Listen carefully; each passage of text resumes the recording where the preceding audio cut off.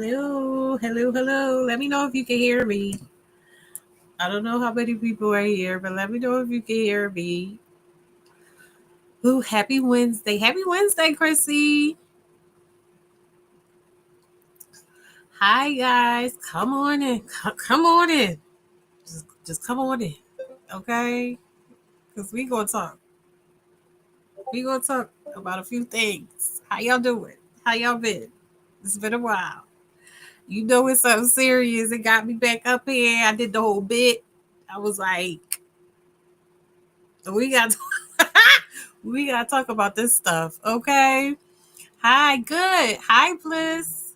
I'm glad you're here. Of course, now my phone will start buzzing and whatnot. How are you guys? It's been a while. Thank you, Chrissy. It's been a while.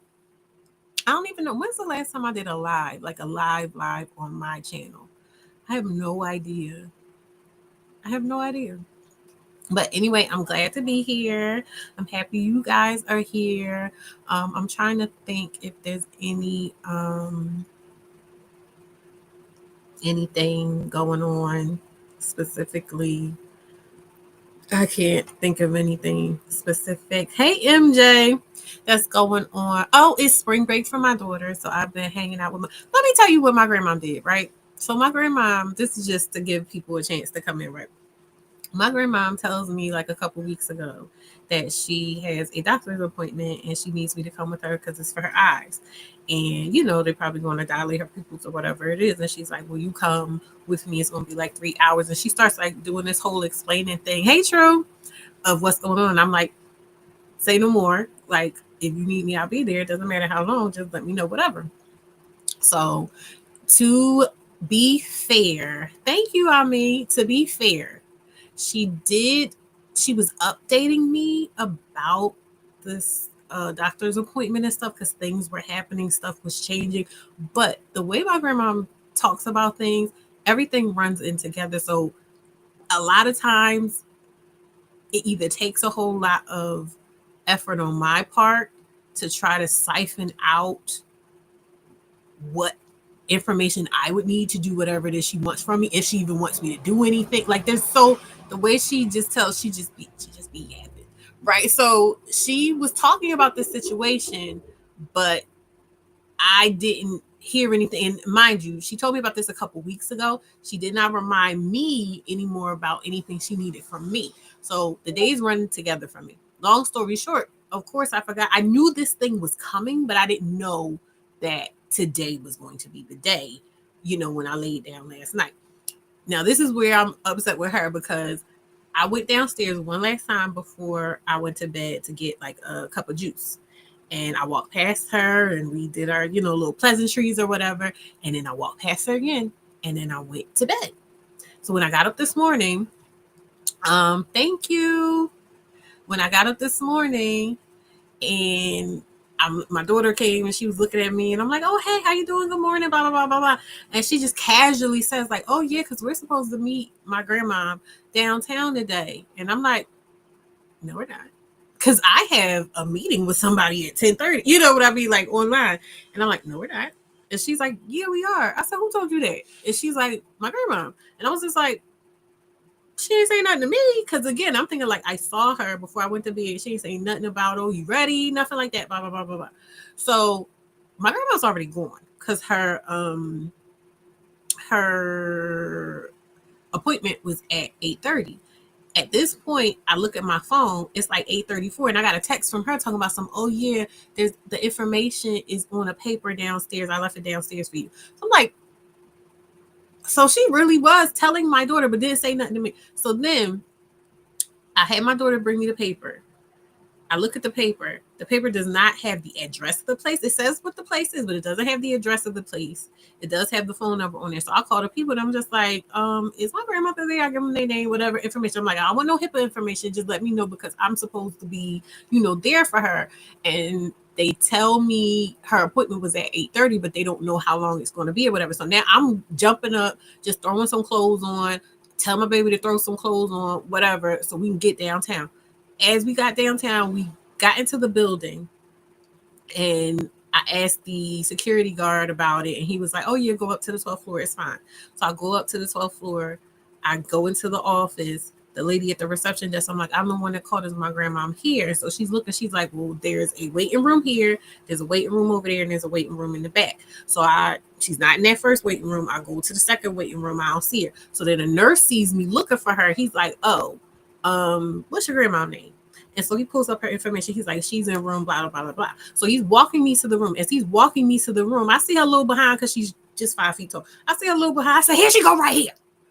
And I'm fussing at her, and everybody is laughing at me, fussing at her. I'm like, "Why would you just leave? Why didn't you say anything?" And she just like, she's like, then she's talking about, "I'm hungry." So anyway, we found her, and then we went to IHOP. And so that was my morning. That was my morning today. It was unexpected. It was not what I was planning on doing. It did set me back a little bit because I had expected to be able to like just leisurely sit and get myself together and watch the material for today and everything. So, but yeah, that was my morning. That was fun. But how are you guys? I am doing pretty well. I'm doing work study right now for school, so that gets me out of the house a couple days a week. I'm actually going to be this week for Thursday and Friday. My daughter's been out of school for a week today because of spring break for her. So yeah, that's all that's going on, and I'm just in here chilling. You see all this? This is not what I normally look like. I usually have on a bonnet. And I got this dress. Nia X had sent me like this box of clothes. She sent me this box of clothes like she did what. And so there is this black dress in there, like that has become my uniform for the house. And that is what I wear with my body. And I just be chilling. So that is what's going on. She said, "Give grandma a break." She didn't want to feel, and yet she was like, "Oh, I didn't want you to have to sit or whatever." I'm like, that's not how that works. You had like, I don't have a problem with sitting, but like, you got to communicate with me. Hey, Coco. Hey, girl. You ready? You just chitting and chatting, so we can let everybody get in, so we can get started on this. I just want to know. Put a 1 in the chat if you know who the couple is on the thumbnail. If you know the subject matter that we're talking about today, put a 1 in the chat. Let me see how many people are familiar. And it doesn't mean I don't mean like if you have to know them, know their platform, follow them or anything like that. But just like if you've seen the clips of those people, go ahead and put a 1 in the chat. I'm not seeing no numbers. Let me see something.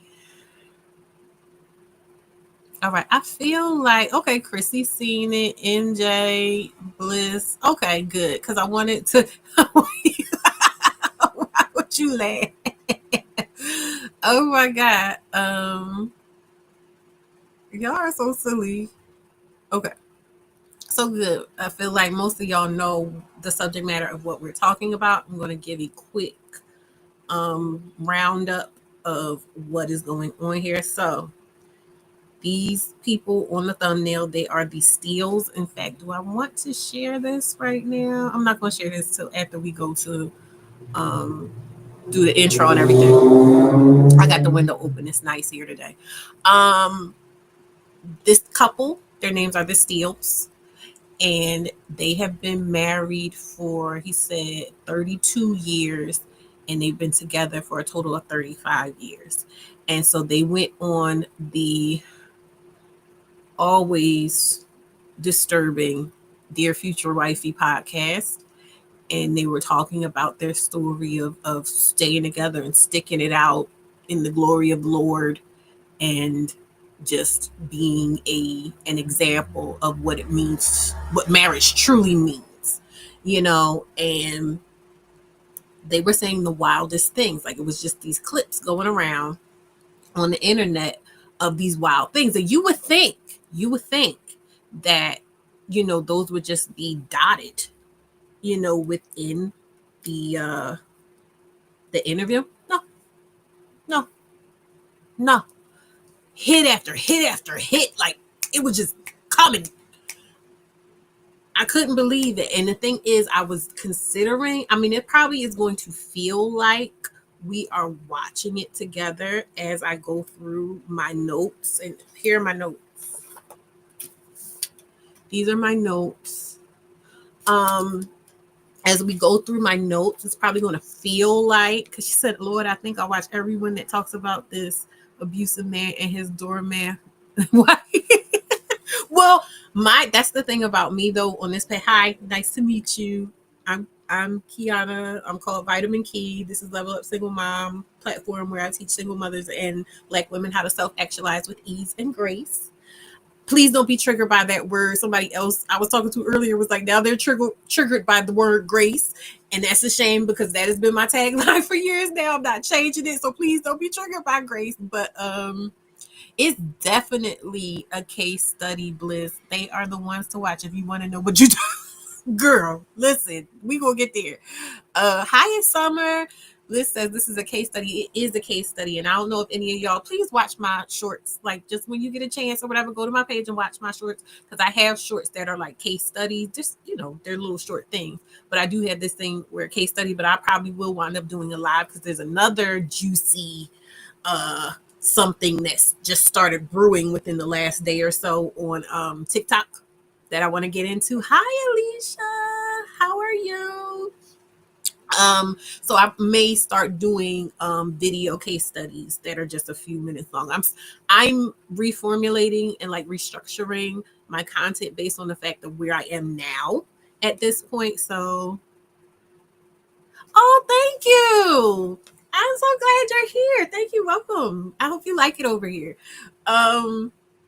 So yeah, they were talking very crazily, but what struck me because I was watching some TikToks and stuff was that I started remembering things that I went through with my oldest daughter's father, and I'm like, oh my God, she is who I kind of was trying to be. If I would have got what I wanted at that time and the way I was going about it, she is exactly who and where and what I wanted to be at that moment in my life.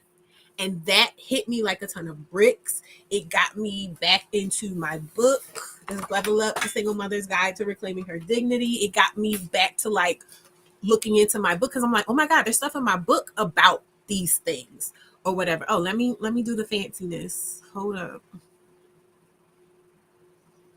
Yeah, my little book. Why is that there? Can I move it? I don't want it there. I don't want it align right. I don't know what's going on. But yeah. Let me see. Oh, here you go. Here you go. Just where I want it. And that one can go away. Hide. Okay. Yeah. So that's for my ebook. And this is for the paperback. Pound, pound, pound. But yeah, it got me looking in my book and like remembering things that I went through and like stories I could tell of how she was acting and how I was acting for the same reasons with the same mindset. And then I was looking at like the Bible scripture that I was reading at this. It's a whole thing. So I'm going to go ahead. Hi everybody. Thank you, Kim Parvi. Who else is? I don't have my glasses on, so I'm gonna be squinting a little bit. Yes, I say all the time. I used to say this a lot more often before. I thank God every day that I get what I wanted, and that's why I titled the live stream the way I titled it, like suffering from success, because again, her life looks like what I wanted mine to look like, right? But I do need to preface this by saying, and I know, Coco, you still there? Go ahead. Now's the time to get your bricks out and your chanclas out and your tomatoes and whatever else you're gonna throw chairs, because I have a few things to say as a baseline before I get into what I'm gonna get into. Number one, I watched the whole thing. So I got through the part where it was crazy, and that was like a good 45 minutes where it was just ridiculously crazy. I got to a part where, I'm hearing them talk about their life today and what their relationship looks like today and how they're living today. And I gotta say, they are happy and they seem happy. And I'm not going to I don't need to say what I need to say, to get my point across, to stand on what it is that I'm saying and trusting in my discernment and my perception. I don't need to try to make them unhappy today. They sound happy today. That's number one. And I believe that they're happy today. Number two is I am happy for her specifically that she got what she wanted, because God knows she worked for it. And, so I wanted to put that out there and just have that be generally a baseline, and we can put that on the table and just leave it off to the side. But I wanted that to be a thing because I know there's a lot of conversation, and also because she's a damn happy and bad shit crazy. Look, look.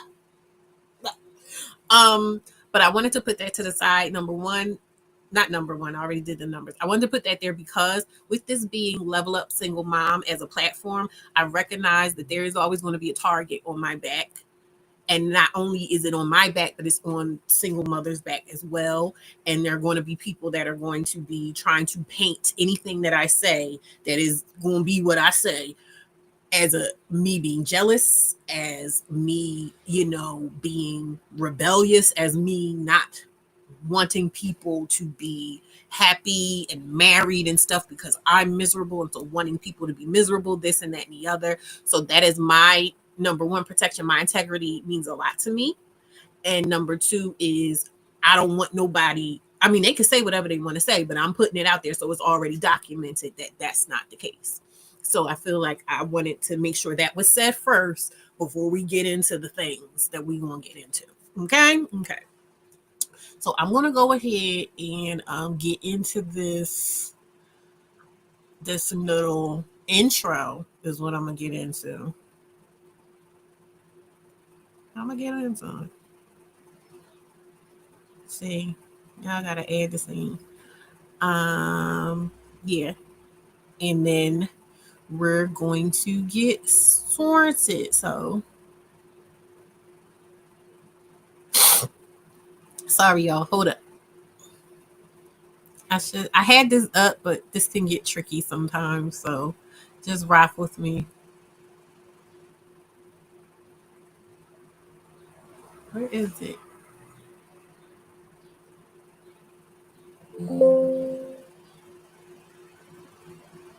This is a mother.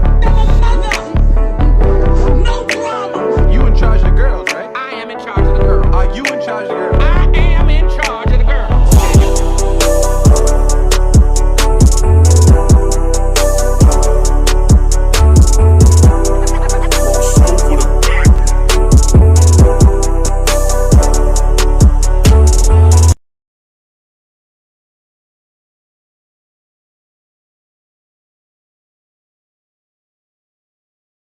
All right, I'm back.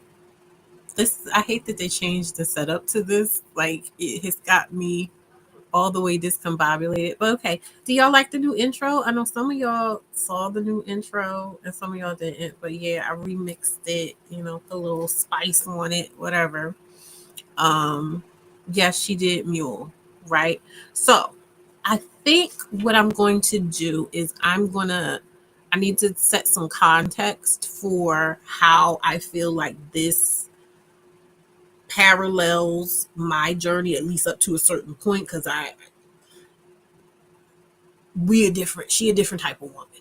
And they said it the whole way through, but she a different type of woman. I did not have it in me. And I do have to note that, like I say this all the time, that I recognize as I got more information about men and how they think and what was expected of women and wives and this and that and the other, the more concrete information I got about that, the more I realized that I was not willing to do it. And so this is another positive-ish thing that I have to say about them in this situation, is that I do think it's really important for women who are going to continue to deal with men to truly understand what is expected of them, to truly understand what it is they're getting into, to truly understand what is actually being offered to them for this particular kind of labor. And so in that sense, I think that, like I said, for me, this is a pretty concrete example of what it is that women are both getting and aspiring to. And the problem that I feel, the disconnect I feel like is there, is that I don't think a lot of women know this though. You know what I mean? Like, you go into these situations and you go into partnering and coupling and mixing and mingling with men thinking one thing about what it's going to be like. And I feel like this is a lot more accurate in a lot of cases than people know and or want to admit, right? um BX Bayou says the problem with this couple story is that this is the anomaly. Most Black women have a similar experience, won't have the same. Thank you very much. Exactly. It's for me, when we're talking about the aspirational nature of this, it reminds me of like the way in the hood people always think they got all these hoop dreams, right? Or everybody want to be a rapper. There's only so many slots for that. Everybody that has that dream is not going to make it. And so, for like you said, every woman who is engaging in this kind of behavior, think to any degree, because like I said, I was not going as hard as she was going, but anybody engaging in this type of behavior to this degree, this idea of like, oh, well, I'm going to invest in this man and I believe in him, and even though right now he's showing me nothing that indicates that that makes sense, I'm still going to do it because I have faith in us and I have faith in God and I have faith in love, or because I just feel like it's the right thing to do because we have children or whatever is going on. So there are a lot of things. Like I said, I have notes. I want to start off though. Let me find this with some of the scriptures. Do I want to start with the script? No, I want to start with my story. So my story is that when I was about in 25-ish or so, 26, 27, it was in like 2012, 2013. I had moved into my first apartment on my own. I was working at a hair salon and I moved in my first apartment. And up until that point, me and my oldest daughter's father, that was my only child at the time, me and my oldest daughter's father had just kind of messed around here and there. He would always try to, he would always be like, oh, we're not together. But like when I would just be on some stuff like, okay, we're not together, I don't want to mess with you, I don't want to have like schmecks with you, I don't want to do any of that. Then he'd be like, oh, let's be together, let's be together. Thank you so much, Niani. And I would, sometimes I'd be like, yeah, other times I'd be like, whatever, we'll see type of thing. But for the most part, it was just like he was living his own life and I was living my own life. Up until that point, I had been like living with family, different family members. I had an apartment once with a friend of mine or whatever. I'd never lived on my own. And my friends and family did not like him. But for good reason. But my friends and family did not like him. At this point, my daughter was around 6-ish, 7-ish or whatever. And so now I have this new apartment. I'm doing great. You know what I mean? Like I had monkey branched my way up to different jobs to this point where now I'm working doing something that I like to do. I was in a hair salon, so I was doing hair and stuff. And I had transitioned into that from TSA, which I hated. I was making great money. I was making enough money to sustain myself. And now I'm in my first ever apartment. It was a beautifully new renovated apartment. It's right across the street, from my grandma. Everything was perfect about it. But I was, how do I say this? So I had kind of fractured myself psychologically in terms of my personal life, because I had a lot of baggage from my parents, my mother specifically, and how she had handled romantic relationships in her motherhood. And so I was acutely aware of not, hold on.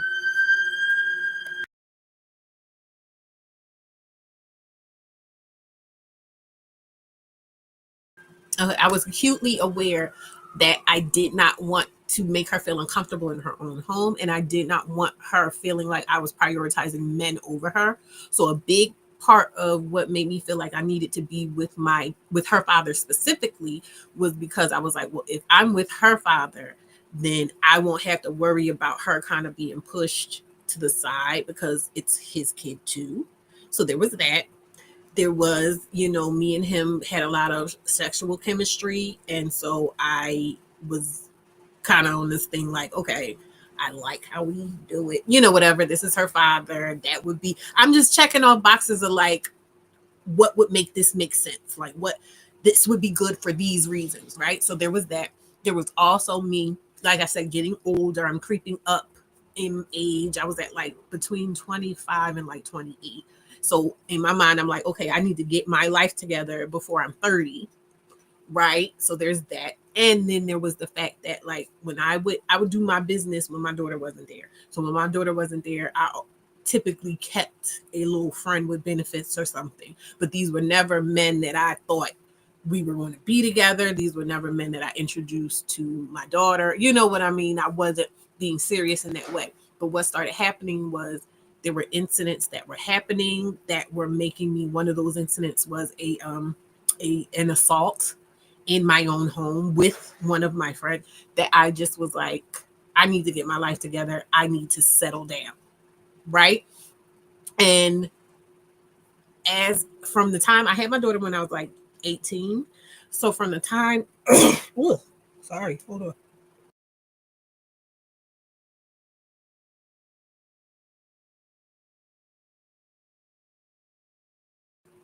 Mm, okay. From the time that I had my daughter up until that time, like I said, me and him had been messing with each other back and forth. And I was just kind of like, look, it's either going to happen or it's not going to happen. So with me, for the first time in my life being independent, you know, I figure I'm in my own spot, so I won't have the pressure of other people's feelings about him. Like we'll have a space to ourselves to really give it a go. And so what I did was I called him over, sat him down, and was like, look, our child is having trouble in school. I feel like she would benefit from having that nuclear family structure. Mind you, he had other kids at this time too. And in my mind, eventually, if we got it together right, we would be able to get all the kids in the house together, or at least the ones that his mom was raising for him. And so I was just like, look, let's. She said, as you're talking, did this lady bring up her children outside? listen, listen, listen. I'm just trying to set the framework of where my mind went going into this. Please stop.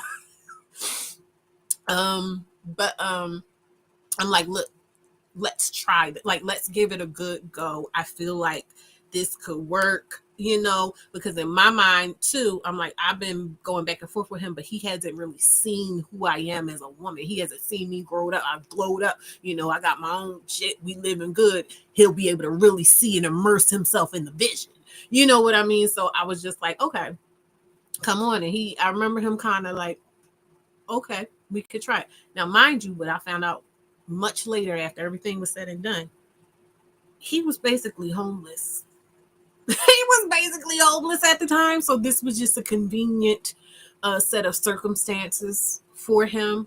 But anyway, when he got in there immediately, and this wasn't something I didn't know about him, it was difficult to deal with because he really truly believed in that whole the man is the head of the household and the disciplinarian and blah blah blah blah blah. So long story short, the comfortable, chill, you know, relax yourself vibes that just come with being around somebody like me went away, and it was just always tense, and there was always something going on, and he was always, you know, it was always a punishment that needed to be happening, you know, in a general sense. And you never knew when the punishment was going to be over. And I was expected to uphold his word when he wasn't, and you know, all of these things. And it just, I wound up in a space where, and he was messing with all kinds of girls.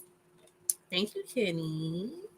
He was messing with girls. I remember I had this computer and he had logged into his Facebook on my computer and he never logged out. And I saw like all these messages. He was messaging random women or whatever. Then another time, our daughter got into some kind of trouble. The cops wound up getting involved. We had to go pick her up from this police station across town. And I remember I called him and was like, oh, this is what's going on. You know, we got to go get Soleil, da, da, da, da, da. And he was like, okay. But he was a door-to-door salesman. He was like, I got my coworker with me. And the way he said it, I knew it was a woman. And I knew even if she was his coworker, she probably wasn't just his coworker. And I was just like, okay, whatever. This is the thing though, and this is where I say it parallels with her.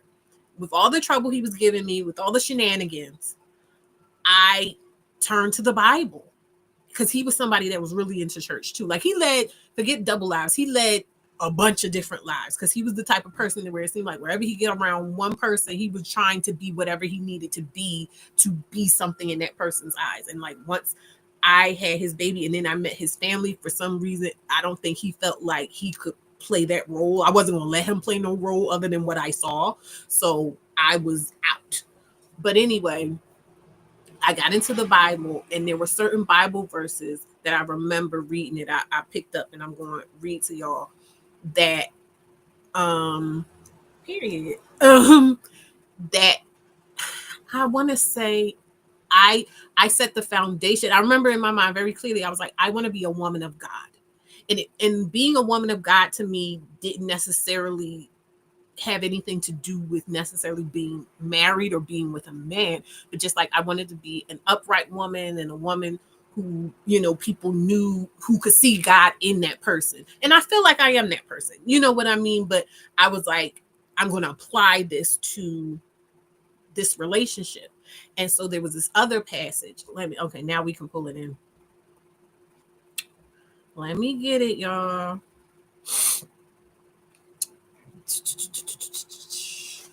Sorry. Was okay, so this is the one. Let me hold on. Now I gotta add one.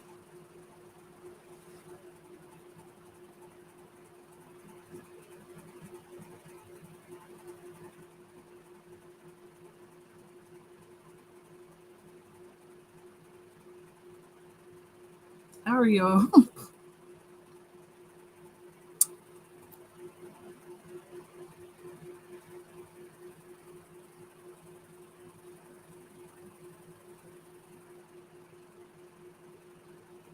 All right. This one I hope you can see.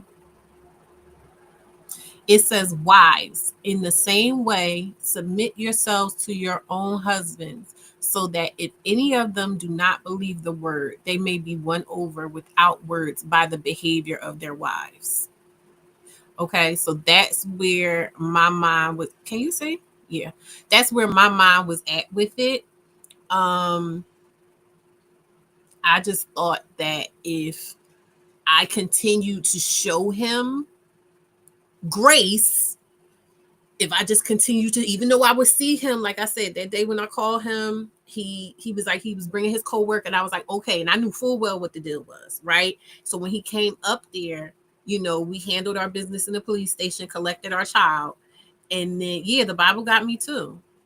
And we collected our child, and I remember, so the girl was in the front seat, passenger seat, he was driving, and I just remember this tension, and I felt like even if not their eyes, their energy was so focused on me because they were like expecting me to explode because we all knew what was going on, you know what I mean?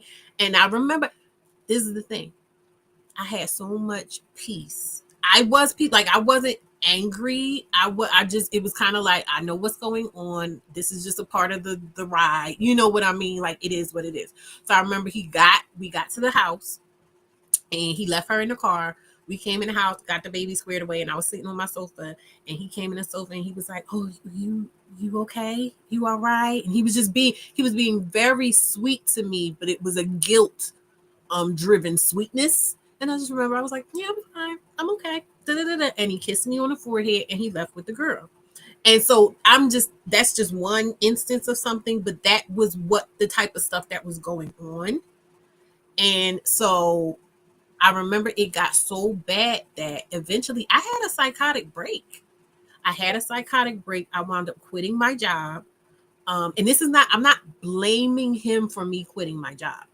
I'm not even blaming him for being in the house because I, asked him to be there. But I'm saying that I recognize a direct correlation between him coming there and my state of mind. It got so bad. Me trying to behave in that way got so bad and broke me down so bad that I had a psychotic break. I wound up quitting my job. And then in the midst of quitting my job, of course, now eventually I'm getting into eviction proceedings, and I'm still trying to like keep it together, but I got to a point where I couldn't even function. I couldn't even function. My family took me down and technically to like 302 me. But when I talked to the people, they was like, okay, all right. And they was like, just take her home. You know what I mean? Like I wasn't bad enough to be committed or anything. But I remember like my family had to take turns babysitting me because my mental state was, and I wasn't like violent and I wasn't sad or anything like that. I just was kind of like, I couldn't function. I didn't have the bandwidth to get myself up, get my child up, get her out to school, do different stuff. This went on for, I'll say, a solid month from beginning to end in terms of what happened, right? So that was that one Bible verse. And then let me look at, what was the second Bible verse?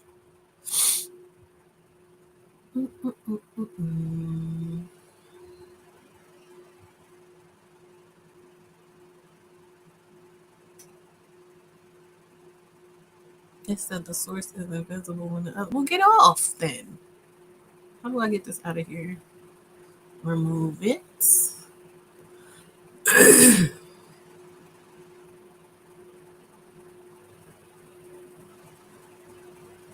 Oh, this is out of control. I'm gonna delete that one. I'm gonna delete that one. All right.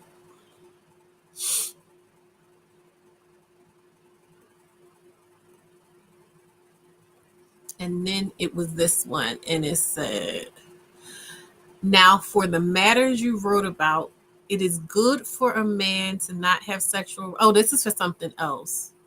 I know what this is. This is another point. So we'll come back to that later. Yeah, we'll come back to that later.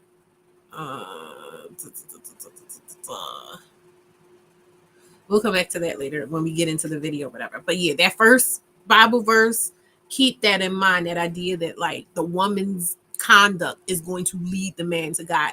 And like even further in, I don't know if it was that same passage or another passage that it was talking specifically about like if your man is out drugging and whoremongering and this and that and the other, like you just keep being steadfast, you just keep serving God and this and that and the other, and your grace and your piety will bring him to God. It says here to fight so I can be part. Okay. Yeah, it's crazy. It gets deep. So like I said, when I was listening to what she was saying and I recognized like, oh, I was there and she is living the life that I was trying to live, because I need y'all to be clear just how closely related this thing is. When I met him at college.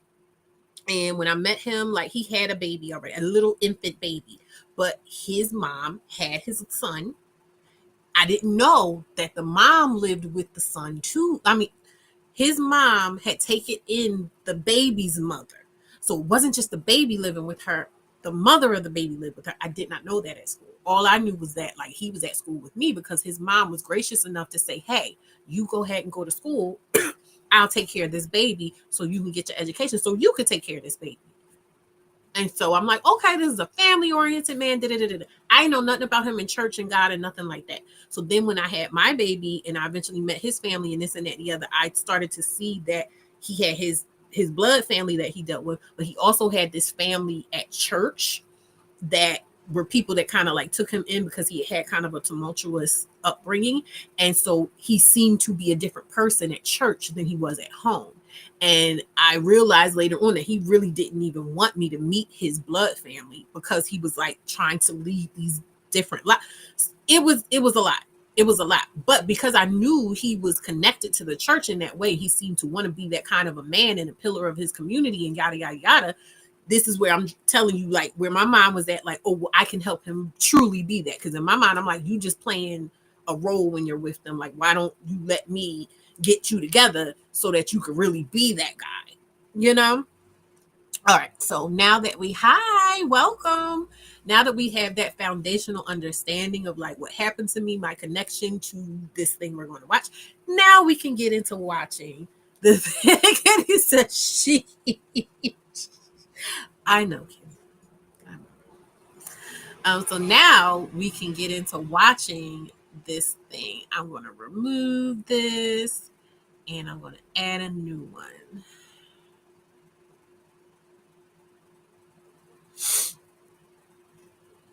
That's not what I wanted. That's not even what I asked you to do, thing. See how I just do what I want to do? Let me see. Oh, that's probably why. I gotta get this out of here. I like I like Restream like its stuff, but I don't. I feel like right after I started using it, it changed stuff to a point where I'm like, what's going on? Okay, this is the one I want. All right, so I want to start with what did I say?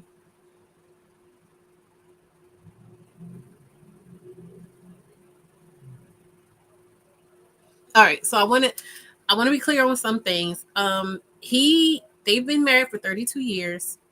She was 19 when they got married. He was 21 when they got married. I believe she was 18, 17 or 18 when they met.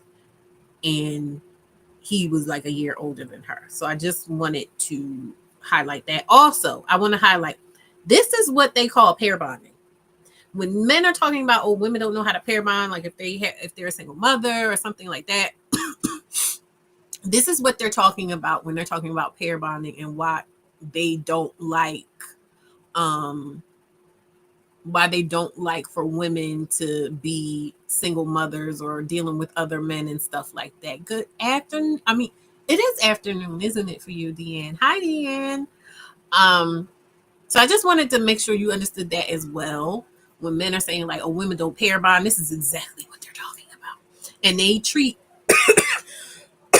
they treat healthy, natural responses to disrespect as dysfunctional. So when you hear them talking about women that are don't know how to pair bond, they talk about women that are just not going to go for the mess.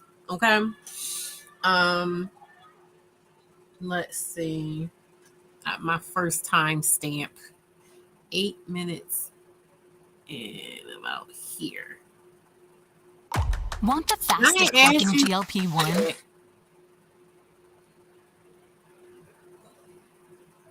Because my mother divorced my father for infidelity, and I'd always thought if you could just forgive him, our family would stay together. Oh, that's deep. So that was not a deal breaker for me, as long as I knew about it. Now he knows if I found out about it, we'd have a problem. But if he told you in advance, you'd be okay. Yeah. So if he said, hey, listen, tomorrow I got this little shorty lined up, I'm gonna go run through and I'm gonna smash it. I'll see you the next Well, day. he would never say that. It was usually after the fact. Yeah.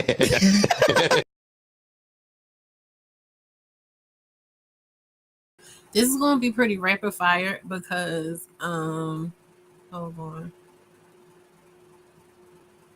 I don't want to do this. Is going to be pretty rapid fire because um I got it on fast. I actually probably should slow it down for y'all because I feel like it'll be just because I'm going to be stopping it so much. It'll be I'm gonna take it to like 1.25. That's good. You might miss what I'm saying because it was real like little short clips that I was looking at. So when she was talking about how she wanted to stay with him because she experienced childhood trauma of her mother divorcing her father. And I wanted to, dang, I need to put myself on the screen. I want to be on here a little bit.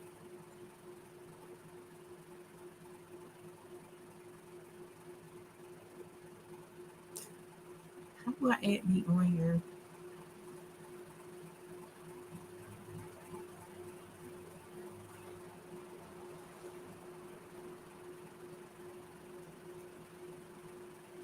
I don't want that.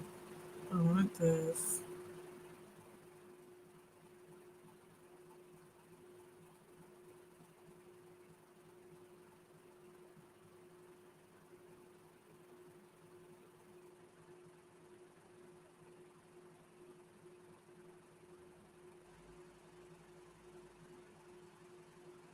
Girl, first of all, y'all don't see what I'm looking at back here. Oh, okay. I see what's going on. Yeah. Okay. All right. This works. Actually, do I want it like this? No.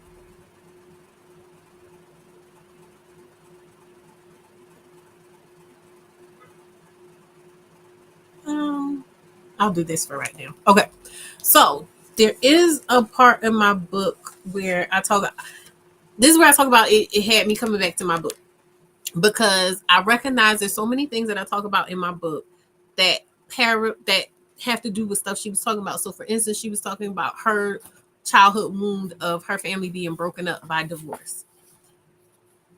I had a childhood wound. Well, my father wasn't there. I wasn't really too upset about my father not being there, but there was still that question of like, what is my value if my parents don't, didn't care about me or whatever. My main issue, like ongoing, that I actively had a thing with was my mother.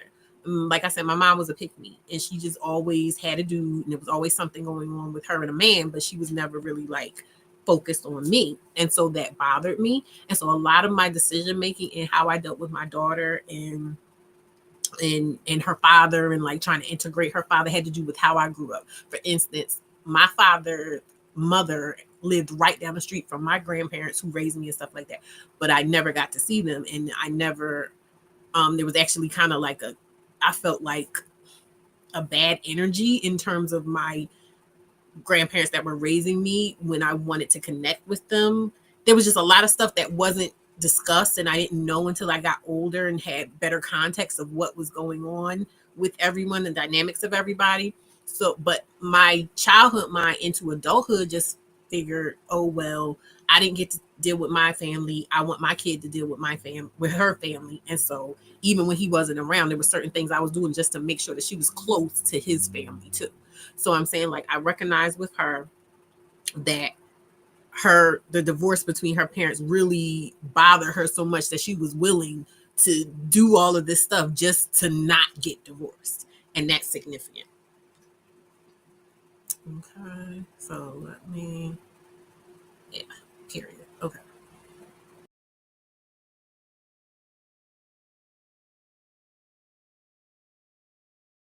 Oh, wait, sorry. I got to queue up the next thing. Let's see, where is. Oh, wait, I can go to page 8 of my book. That's where the passage was about that, or something to do with that. Here it is. Wait, I'm going to come back. I'm going to come back. So it says, I was perpetually depressed and dejected, and was convinced that the best I could hope for was to get my oldest child's father to marry me and create for her the idyllic life that I myself never got to experience with my parents. I spent 8 years on an emotional roller coaster. Hold on. With the frenemy that was her father, a ride that crash landed with me losing my mind, my home, and the fire that had driven me forward for all those years. So that was the passage that was relevant to that.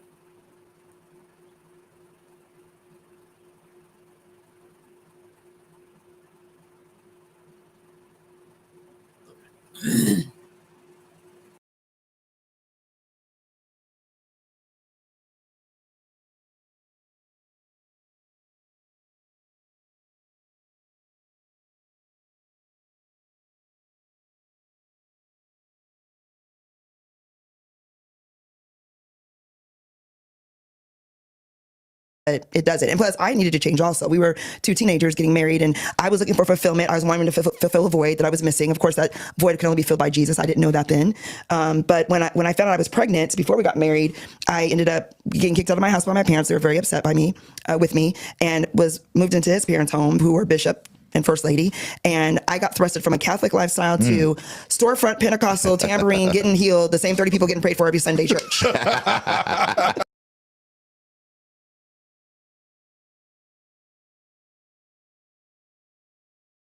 Okay, so I have no idea why that was so freaking funny. But what stuck out to me about that was when she said, number one, that she got kicked out of the house and was moved into, his family and his parents' house. And that's going to come back. Like, something about that is going to come back around full circle with this idea of her like being moved into his people's houses.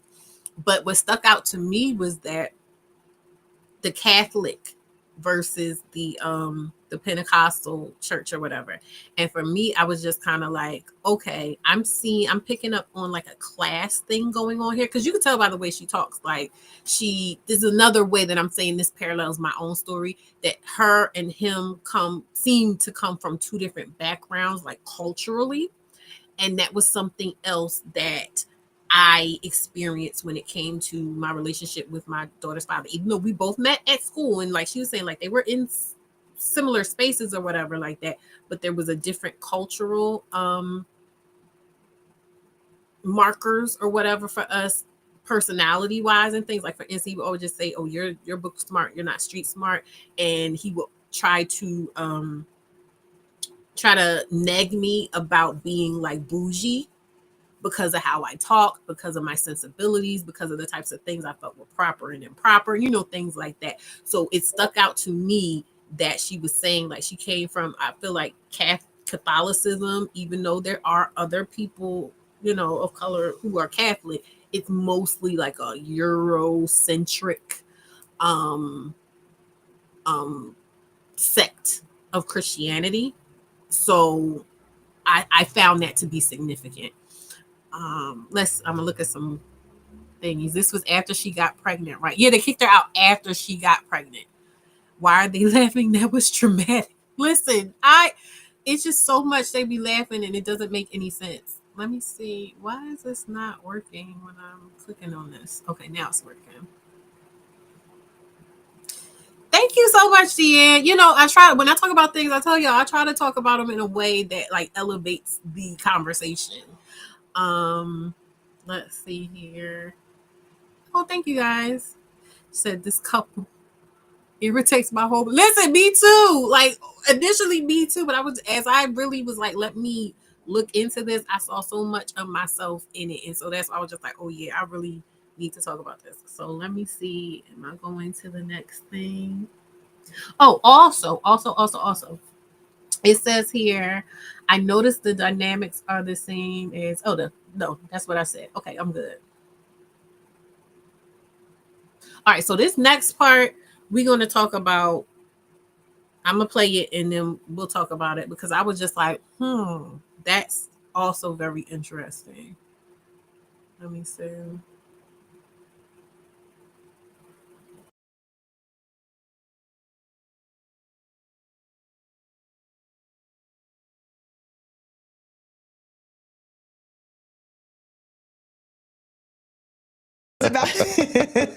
Yes, It's sir. true. Yeah. So I finally was like, 13 I'm going to years. leave 13 him. years. At this point, I was working my way out of poverty. I got Yeah. the job with the police department, and my aunt found me a job in Virginia to have me Yeah. work there because I was Yeah. going to leave. It was really bad, and I had my two babies with me trying to leave, and I put my hand on the door. And I'm not going to say God told me to stay or leave, but I felt like I couldn't leave, and I cried because I felt like I can't leave. I can't leave. And I went to bed that night, and I had a dream of him preaching. Yeah. And I woke up the next morning. Well, first of all, you were upset that I was still home. Yeah, because I got home. I'm like, I thought you were moving to Virginia with the two kids. And she said, I had a dream that you became a preacher. I said, that's not going to happen. Right. I said, just because my dad does that means I got to be disciplined and committed. And I'm not trying to be either one. Right. And he said, I'm going to keep on smoking this weed and chasing these women. Yeah. That's what he told me.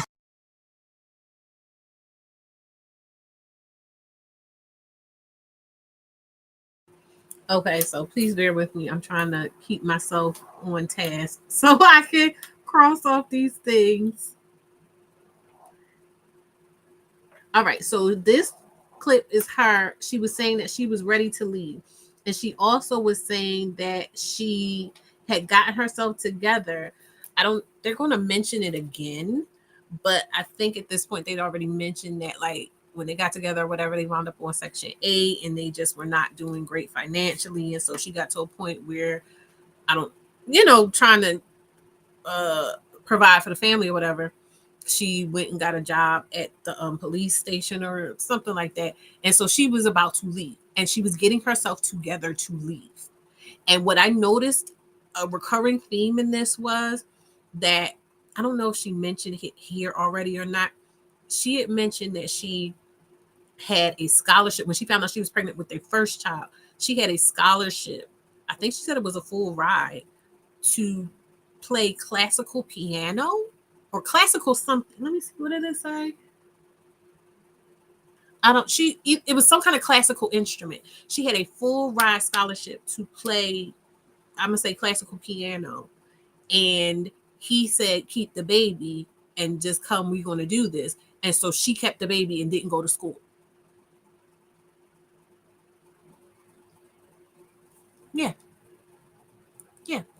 So there's that. And then there's this where she's like, oh, I was getting myself together. I had a plan. I was executing that plan. But at the last minute, I said no because God told me that I needed to be investing my time and my energy and my smarts and my gifts into him. That sounds like self-sabotage. Like to me, that sounds like self-sabotage. And there's something, did I get into that part yet? I'm trying to see if I already had it written down in my book. Yeah, that just sounds like self-sabotage to me. Let me see. Little Terrence need to end this. Little Terrence needs to end this podcast now because he's just making a mockery of God at this point. He don't want to be married. Listen, that's something else too. Because, sir, like, I don't know exactly how old this Terrence is. I don't watch this. There's only one episode of this that I watched just because I wanted to watch it, and it was this guy. I can't remember his name. It was this one particular guy. I see him around on different things, and I thought he was cool, and I was a little attracted to him too. I ain't gonna lie, but I just wanted to see, what he had to say. That was the one episode of this podcast that I ever sat and watched just on humbug. But yeah, I agree with you. Okay, we're gonna skip to the next part. Well, I don't need to talk about that because I already talked about that. But I will skip to the part. So this next part somehow ties into the story I told y'all about my situation and, like I said, bringing my baby father into my home.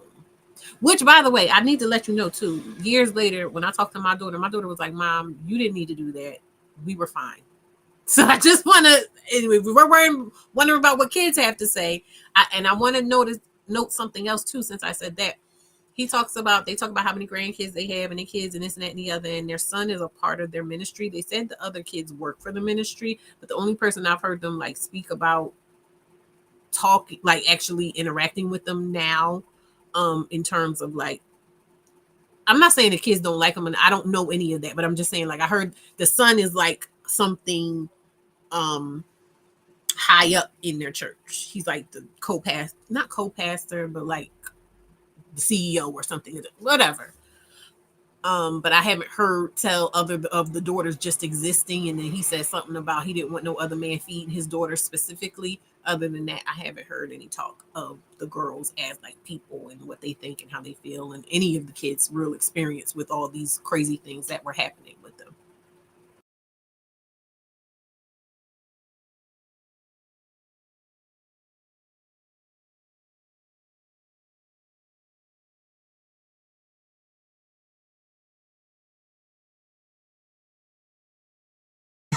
And but I just felt like that dream could happen. I believed it. And one night shortly after that, I was by myself because the marriage was still horrible, crashing. None of that. It was me and Jesus. And I had a radical heart shift from that moment. I got in my word, under my word. I just completely changed as a person. And I realized that God loves me, that God has a purpose and plan for my life, that God chose me, that I'm fearfully and wonderfully made. Yeah. So he would call me out my name. It wouldn't bother me because I allowed God's voice to be louder than his. And when I was going through transition of him not coming home on the weekends, not being there, telling me I hate you, I'll never love you, I wish I never married you. Right. I knew that life and death is in the power of the tongue through the word of God. So I would say, you will love me one day. We will have a good marriage one day. And although he would go out for weekends, I would literally help him get ready to go meet a side chick by ironing his clothes and getting him ready for the night. And these are all things I was graced to do. I would not encourage anybody to do that unless you are graced by God to do this. But once I knew who I was, I realized, oh, the enemy's after him. So I began to pray for him, not for my husband before, but as a soul. I didn't want to be.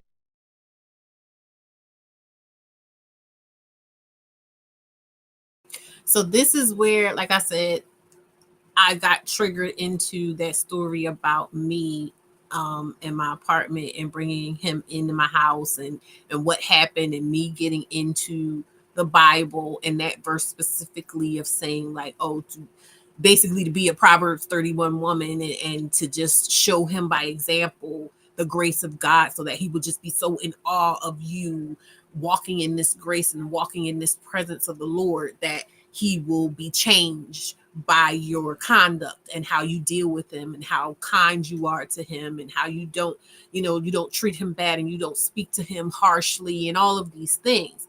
And it, like I said, it put me into psychosis. And when I say like I didn't even tell y'all the half of what I went through in terms of why my family got to the point of feeling like they might need to commit me. You know what I mean? Like that was, I'm just trying to, because I don't want to be here all night. But I'm saying like I worked myself into a psychosis just trying to be this beacon of light and good for this man so that he can grow into his potential. And I also want to talk about, there's a part in my book, there's the second part of my book that is relevant, where I'm talking about like mythologizing your relationship, a bad relationship, basically. Like you're mythologizing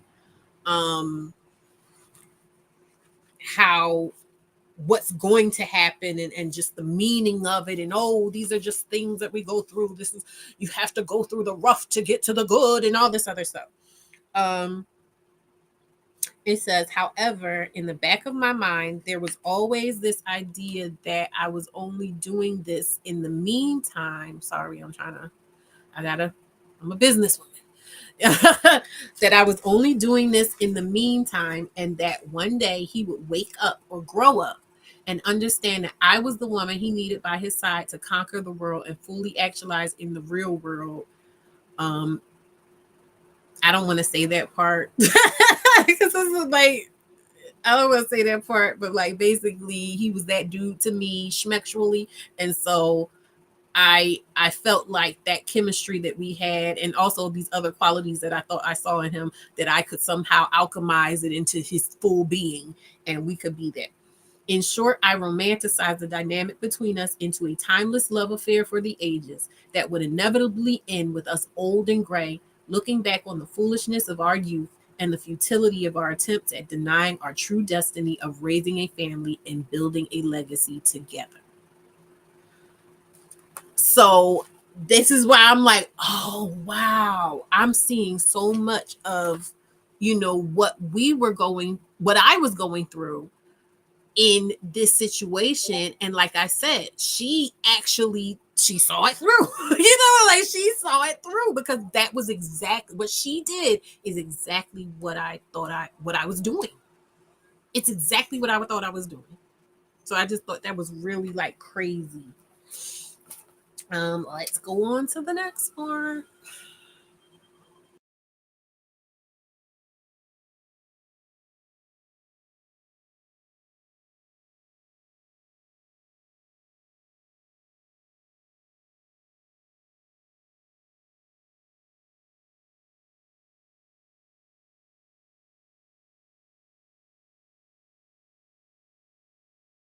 So why did you stay? Why were you still coming home? Because I had 2 kids. Well, then by that time we had 3. I was always a phenomenal father. I was a horrible husband. Yeah, he was. But when it came to my kids, you know what I'm saying? And so you looked at being outside the home as a failure. But you had to stay in the household, right, no matter how you showed up as a husband, but you wasn't going to relinquish your responsibility as a father. I would tell her all the time, I'm not going to let another, I had 2 daughters who are right now 31 and 29. And I always told her, I'm not going to let another man come here and feed my children, my daughters especially. That's not going to happen on my watch. So I just said, well, and plus I came from a 2-parent home. Even though my dad had 10 kids by 6 different women, he married my mom and had me and my 3 sisters. Right. So before that, he had 6 kids. Yeah. So coming from a 2-parent home, that's all I knew. So I'm like, we just going to work this out. So I came from dysfunction. And that was our normal. So there was even one.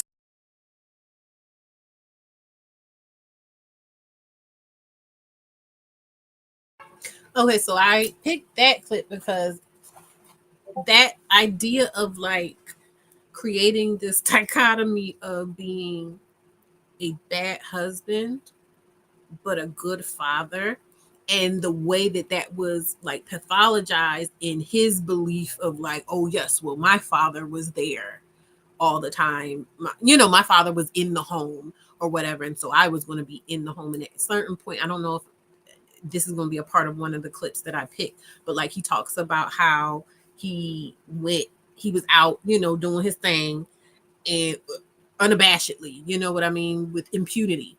And he went somewhere and they recognized him as his father's son, and they were like, oh yeah, I used to see your father coming in here doing his thing too, and he felt, he was feeling proud about that. But then when somebody else a little older say, yeah, and I used to see your grandfather in here doing his thing, then that hit him like, oh wait a minute, this is a pattern. I don't like the idea of this being a pattern, and that scared him.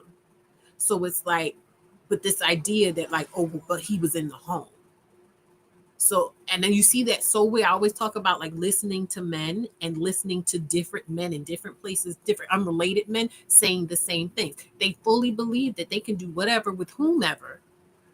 But if and when they deem themselves, a woman worthy enough to marry and carry their children, then they can be a good man by showing up in that relationship and in that household, even though they may have households dotted. Because he said his father had 10 children with 6 women, but he made the differentiation that, oh, but when he got with my mother, he had however many kids he had with the mother, and he was there for us. And so yes, he's a good man, and he was a preacher, and he was this and that and the other. So clear in his mind that his dad is a good man, even though he did all this horrible. How many lives has he probably ruined and irrevocably set adrift and askew with his behavior? But because he was a preacher, and because he got married and stayed within that marriage, in terms of staying married to that person and staying in the home sometimes or whatever, because he was dipping out on the mom too.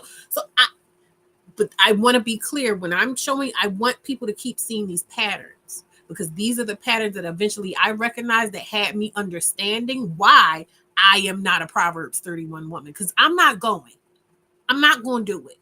Right? I'm just not for the games. Let me get into somebody, because y'all been thank you so much for the engagement. So I'm gonna go in and try to pick up where I was at. In terms of like the comments. Amanda, welcome. Amanda NBS says, Grace by God to iron his clothes for the side chick. Listen, amongst other things, you said you think she had a mental break. I mean, it's been going on way too long to be. I got some theories about that too. Like I have some overall notes about the whole thing that I will get into. Coco says, a serial cheating, verbally abusive felon and the pick me that aided him. I bet their kids. Jesus. Grace by God. Oh, we did it. Girl, stop lying on God. God will never tell you to iron his clothes so he could be with no side chick. Again, what God are you talking to? That's Lucifer right there. Please.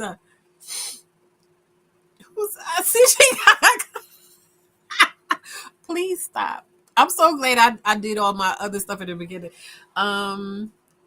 DA says true. Lataris is an op. He's the same kind of man he has women on making excuses for. He's not practicing all that anymore in theory, but at the core, he's the same. Exactly. And I thank you so much for saying that, DA, because when I'm bringing all this stuff to your attention, because I'm saying these are my perceptions. These are the things that I picked up. And I wasn't even looking when I started gathering information and like learning about men. I was learning about men to learn how to get along with men. Because I won't say I thought something was wrong with me, but I thought, I'm always up for self-improvement. And I thought maybe I'm too haughty. Maybe I'm prideful. Maybe whatever.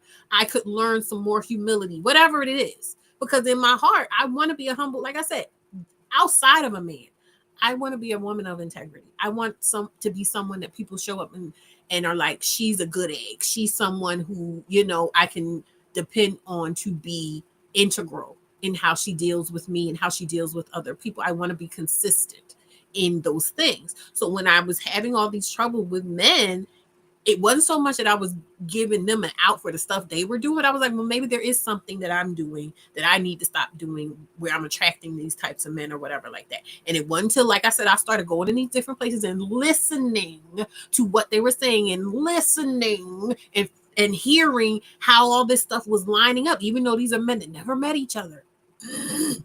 Lining up with stuff I experienced, lining up with stuff I heard men say in the real world, in my real life, and lining up with other things that other men were saying. I said, oh no, this is really how men think. This is really what they think is right. This is really what they think is natural. This is really what they think things should be and a woman should be.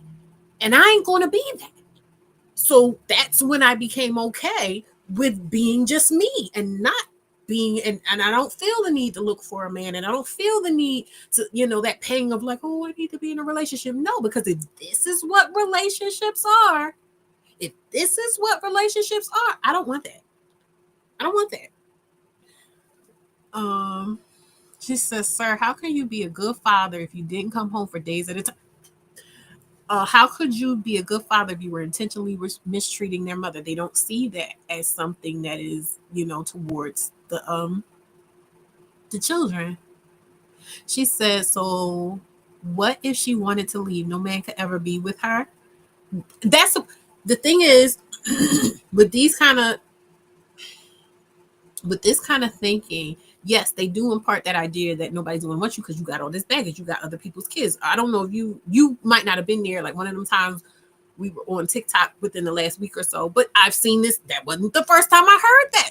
Men say men don't want to have to raise another man's kid. They don't want to raise another man's kid. They don't want to be responsible. They don't want to be financially responsible. They don't like the idea that they can't decide how, when, where, whatever, to discipline the children, up to and including corporal punishment. Like there's a lot going on there. So yes. So he just said we're going to have to work this out. Really? Not really, because when she was doing stuff, like he said, he thought she was moving away, and then he was mad when she was still there. You can't be a good father while mistreating the mother. It's literally impossible. There's a causal correlation between the health and well-being of the mother and that of the children. Absolutely. She said, I'm no bastard girl. All right. Hey, girly. That's all right. What are you doing? Cannot watch, but because I will review Friday. Boo. Boo. This is an abomination. Okay. I'm down. So I just wanted to catch up because I just been reading stuff. All right, so we're here. Cool. So let me get into the next clip. Where am I at? I'm in the wrong thing. Okay.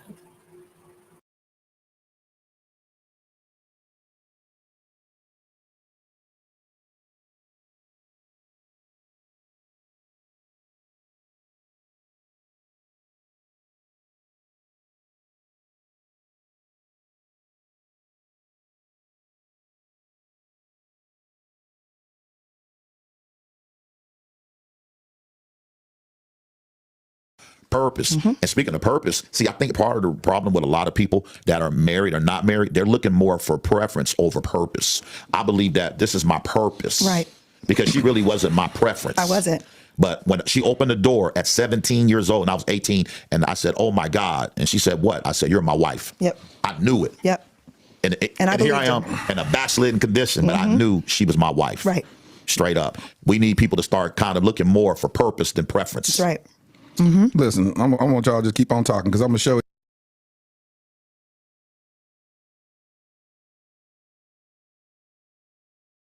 So we don't care what Letaria's about to say because he's about to talk about how he did a thing on his first season about with that exact phrasing of purpose over preference or whatever. But my point, this was also to my point in the part I read in my book about the mythologizing of relationships, and you just feel like, oh yeah, we're fated to be together, and these are just the ups and the downs of love, and oh my God, like it's just crazy. And then one day we're going to be all sitting in rocking chairs on the front porch and just like laughing our asses off about what we're going to do, what we've been through, and how we got here, and how beautiful it is, and yada yada yada yada yada. So that was what that was for. Hold up. I will get to that text message later. So let's see what the next one is. I think that's 34 minutes.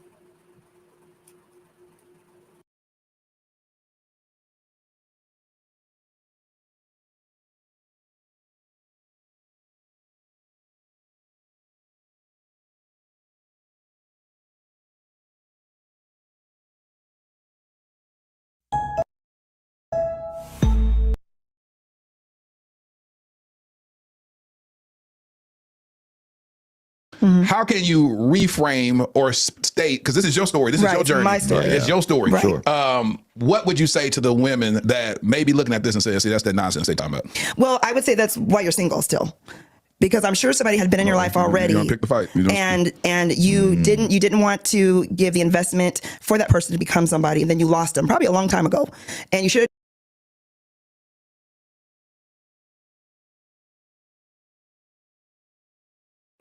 Okay, so this is where we're getting into that territory, like I said, and that's why I put all the positives I had to say up front before we even really got into this stuff, because this is where it, for me, now she talked to this other lady, and I think I have that clip queued up somewhere where we could watch it or whatever later on, because there's other people that reacted to this or, you know, had things to say, and we're going to get into it. But this idea of like, I'm going to say that, oh, well, that's why you don't have a man. That's why you, that framing. And she says, you know, because somebody got with her about it, and she says, oh, that's not what I was doing. That's exactly what you were doing. That's exactly what you were doing. Because one, you're going with the assumption that the person is feeling a type of way about not having a man. And I have to say, for real, even though I'm not, I recognize a lot of women do. Like, just because women will stand up and say I'm independent, people aren't lying when they're saying that women are talking about being independent and they don't really want to be independent. You know what I mean? They really want a man. Some women are just being girl bosses because they can't get a man or whatever, right? But still, to weaponize that, especially in a position where you feel like you're privileged in a way, like you feel like you've done something, that to me speaks to, and that's why I said what I said in the way that I said it in the beginning. I don't need other people experiencing something other than me to be having a bad time in order for what I feel like is true to be true. I don't need them to be right now in this moment, because I'm not putting anything on this past stuff that they're talking about that they didn't already put onto it. They said it was bad. They're trying to minimize it, but they also are saying it's bad, you know, when he was disrespectful and this and that and the other. You know, even though they do a lot of like fluffing it up, they do acknowledge it as a bad time or the bad time within their marriage that they had to overcome to get to what it is they feel like they have today. Right? So I'm not putting nothing else on this situation other than what y'all have already put onto this situation. But for a woman, anybody, to come and say, oh, that's why you don't have a man, that is you trying to insinuate that that woman is unhappy or lacking or something like that. And I'm not going to let that slide. Like, I'm not going to let that slide. She said this woman was a purpose sucker. Please. Why he say propose like that? I don't even know. Hi, home I create. How are you? They said they don't say it, but there are explicit undertones that he was violent towards her. Absolutely. She said he still doesn't like her, but he was able to get away with any and everything with this one. Oh, girl, listen, there's more to come.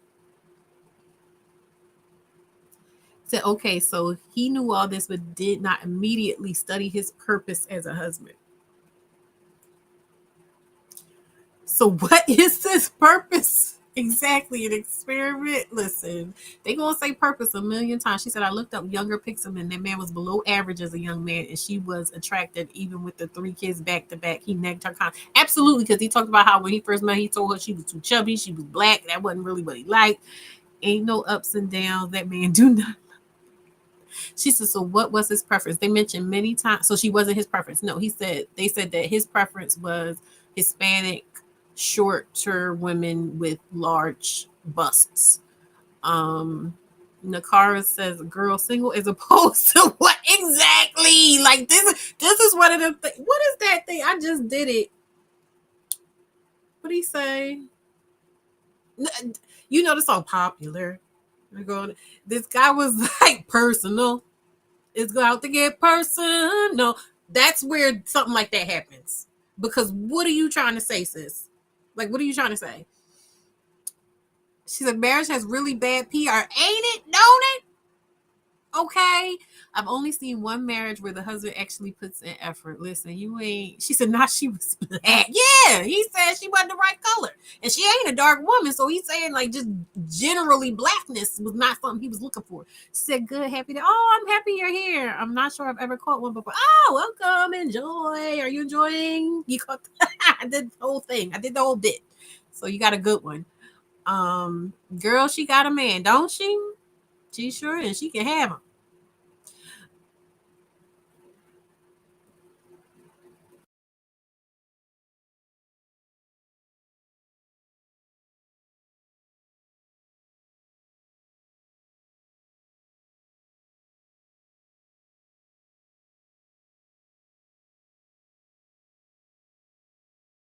Want 6-pack, 6-figure, 6 foot. And that 666 sounds like the devil.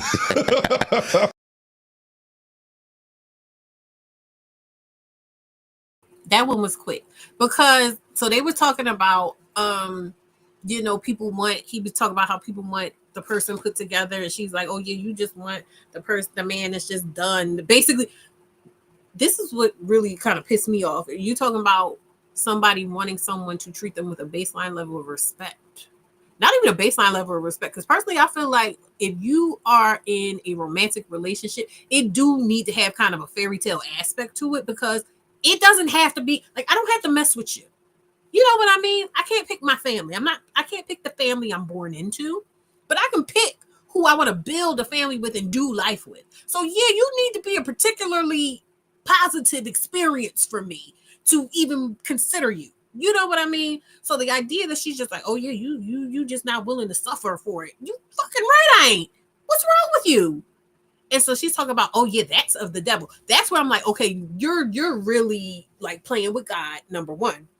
Number two, you're delusional, because to sit there and say specifically that wanting a 6-figure man with a 6-pack and a 6 foot tall, or whatever, that's of the devil. None of this other stuff was of the devil.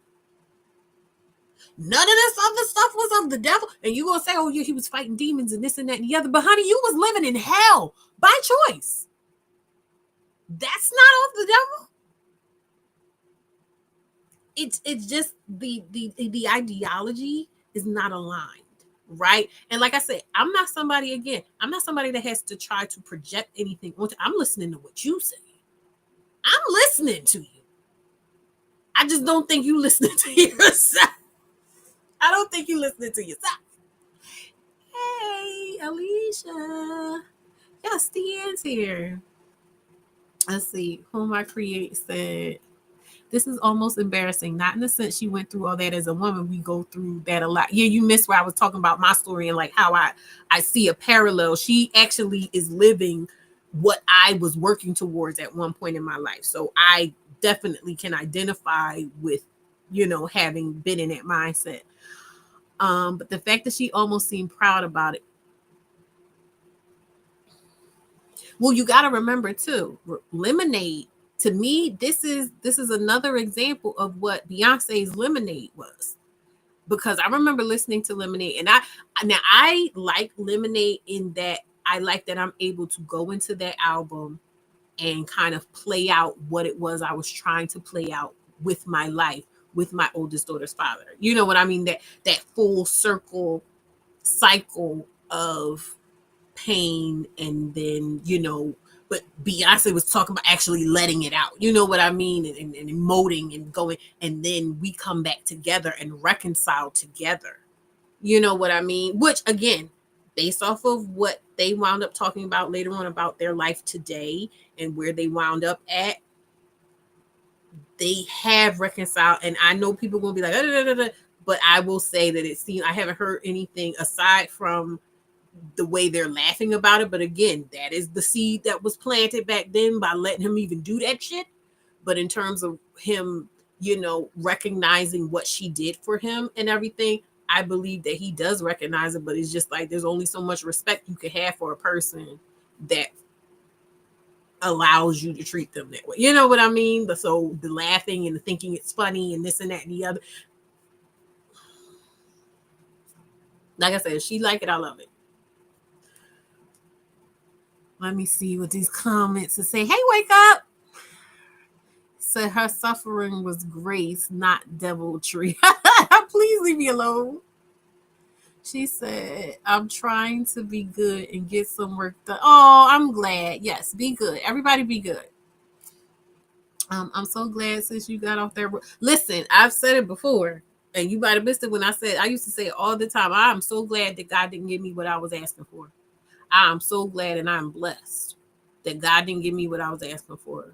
She said, I could see that Jesus did not die on the cross for her to be Ira husband's clothes and to be cheating with a side chick. And did Jesus have a side chick? Man, y'all are out of control. But I just can't see how he respects her at all because it just sounds crazy to me. Ironing his clothes to go see his side chick. Like, nah. I have notes. Let me see if this is a part of my notes. I'll say this much because I do have notes and there'll be other things and I don't think I'll remember this specific way when I do it. I feel like, first of all, you got to remember, look at him. Now, I ain't see him when he was young, but look at him. He was on a schedule anyway.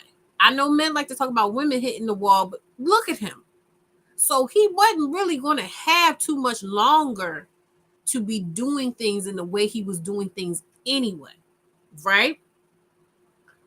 When he tells his story, because like when I wound up watching the whole thing, cumulatively, all of this stuff that they were talking about happened within a 5 to 7 year time span of him coming in being wildly disrespectful, violent, abusive, vitriolic, and everything like that, and them having their children and stuff like that.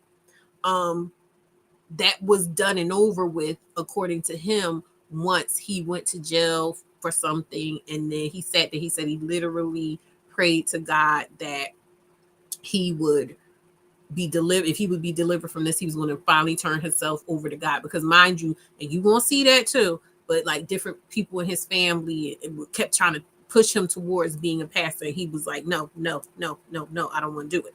So once he got caught up like that and was facing a certain amount of time, he's like, if you get me out of this, I'm yours, I'll do it. And he said like 3 seconds later, literally 3 seconds later, they called him out. He was bailed out.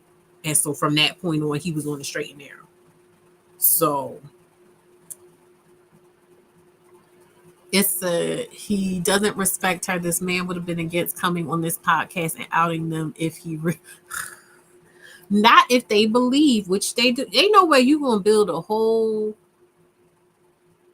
ministry off of this and not believe. And he is not unique. They are not unique. They are the on paper success story that all of the male identified people, men and women, believe this is what the outcome is supposed to look like in the worst case scenario. Like best case scenario, you're the perfect woman and you're everything a man could want, and he will come and he will recognize you as such, and he will treat you like a lady, and your father will make sure that he will treat you like a lady, and everything will be set up so to quell of his baser instincts. You get what I'm saying?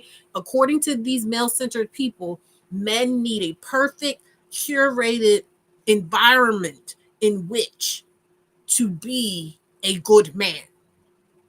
And barring all of those things being in place, if a man is not a good man and he involves him, and a woman allows herself to be involved with him to the point of having a baby or having sex with him, then it is up to her to then make it her business to create that atmosphere for him to become that good man.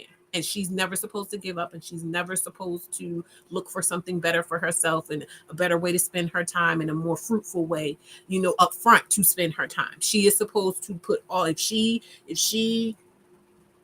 pair bonded with him, then she is supposed to do that work of seeing it through to fruition. I'm telling y'all, remember I said that. Take that thought with you, keep it in the back of your mind everywhere you go, and listen to what these people are saying, the men and the women. The men and the women. It says apparently there's a cheater gene which suggests that having kids with cheaters only brings more future cheaters. Yep. He would feel horrible even repeating the crap he told her from way back when she had no worth and then she's sitting there laughing with him. Why would he think anything of it? She's sitting there giggling and sniggling right on along with him. He do look like the one. She said, I don't believe he stopped cheating. Maybe today he stopped because he likely have ED. I'm saying at this point in the game, even if he hadn't, that's what I'm saying. Like, I can't even, I can say, like, I'm glad that happened, but men don't be thinking they're going to get old. And they don't be thinking that they're going to need somebody to take care of him. Now, he was just lucky enough to get himself together enough that, you know, he didn't have to get to that point where now he's sick and he needs somebody and ain't nobody going to be there for him. He got a whole, you know, they have a whole ministry. They have built an empire. Like, I can never try to take that away from them. That's why I keep saying, like, I don't need to try to talk down on their accomplishments in order to talk about the stuff I'm talking about, because it still is what it is. She said he openly disrespects her any chance he gets. There's absolutely no respect there, and she's a fool for accepting it and laughing about it. Look, she put in the work. She want her return on investment. She said, not jail, child. Jail, yeah, jail. Not only jail.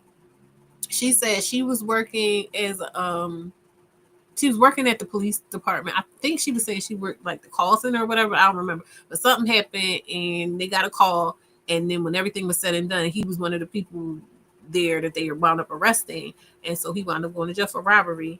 She said, I think the same. Like, he got old and is happy her slow behind is still there. Yeah. But guess what? Again, that's why I keep drawing the parallels to me. I said it in my book. I said I thought that eventually we would get old and we would both be sitting back laughing like some fools like these.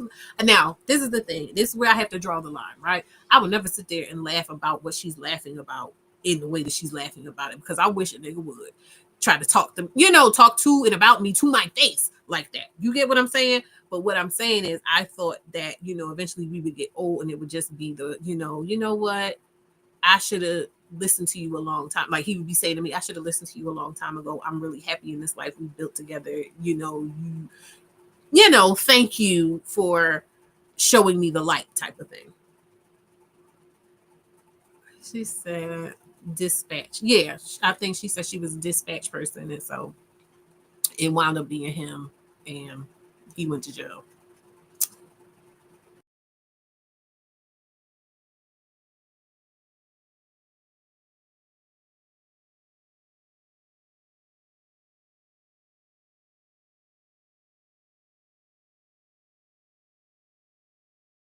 Now, this is where it really gets interesting. I ain't seen nobody talk about this stuff yet. So this is where I really was in my bag on analysis bag. So, sit tight for this.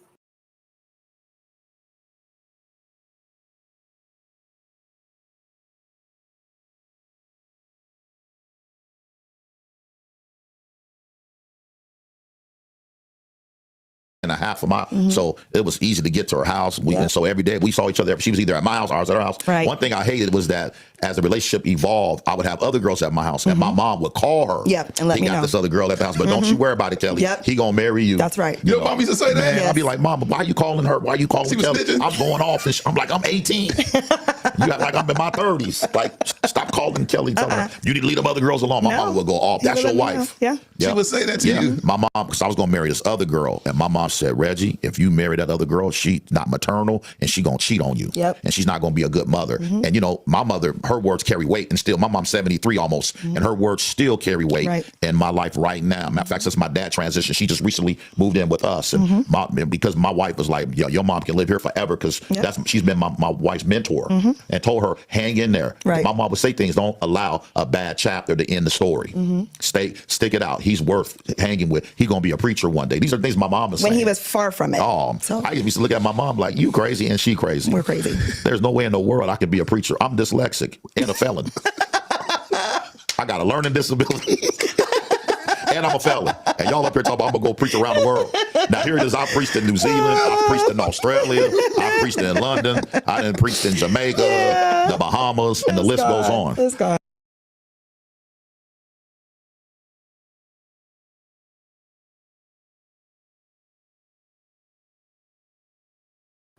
So yes, Invincible, exactly. That's his mom. The mom groomed her, but not only did the mom groom her, because now mind you, I don't know. I don't think her father, was in the house because she was saying like her heart was broken. Her parents had gotten a divorce, whatever.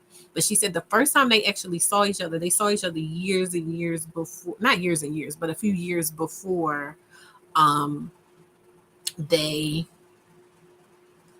saw each other a few years before they actually met each other, and they didn't go to the same school. They didn't go to the same school because she went to their neighborhood school, which was predominantly white, and he went to another school in another neighborhood in order to be in the on the team, the whatever sports ball team he was on, because their predominantly white school wouldn't have let him be the quarterback or whatever it was. His family was like, you'll be able to be a bigger deal at this other school in this area that we feel like you'll be able to excel in, because you ain't going to be excelling academically. And they flim flam, they got him into that other school, so they didn't go to the same school. However, her father was a teacher at his school, and so when they met each other a couple years prior to actually meeting each other and like getting with each other, she recognized him as somebody at that school. He had a Letterman jacket on or whatever, so she knew that he was somebody at his school, and she also knew that her father was his teacher. So they had like connections, but they hadn't met yet. But yes, the mom groomed her, and she also said, one of them said that his mother, how they actually met was his mother gave him her number. I forget how she said she got her number, probably like the hair salon or something. Like she met her, got her number, gave her number to him, and she said he went. That's when he said he went to her house and he met her. And he was like, "Oh yeah, you're going to be my wife." And he was saying that his mom kept telling him that she had the qualities of a wife, she would be his wife, yada yada yada. And then later on he says something about his mom counseling her and basically like being her support system in this bullshit of, oh yeah, just ride it out, just bless him, just anoint him, just whatever, you'll be okay. But mind you, gotta remember, his mom was dealing with his philandering daddy, his philandering pastor daddy. So yes, she groomed her successor. And I thought that blew my mind. Let me see here.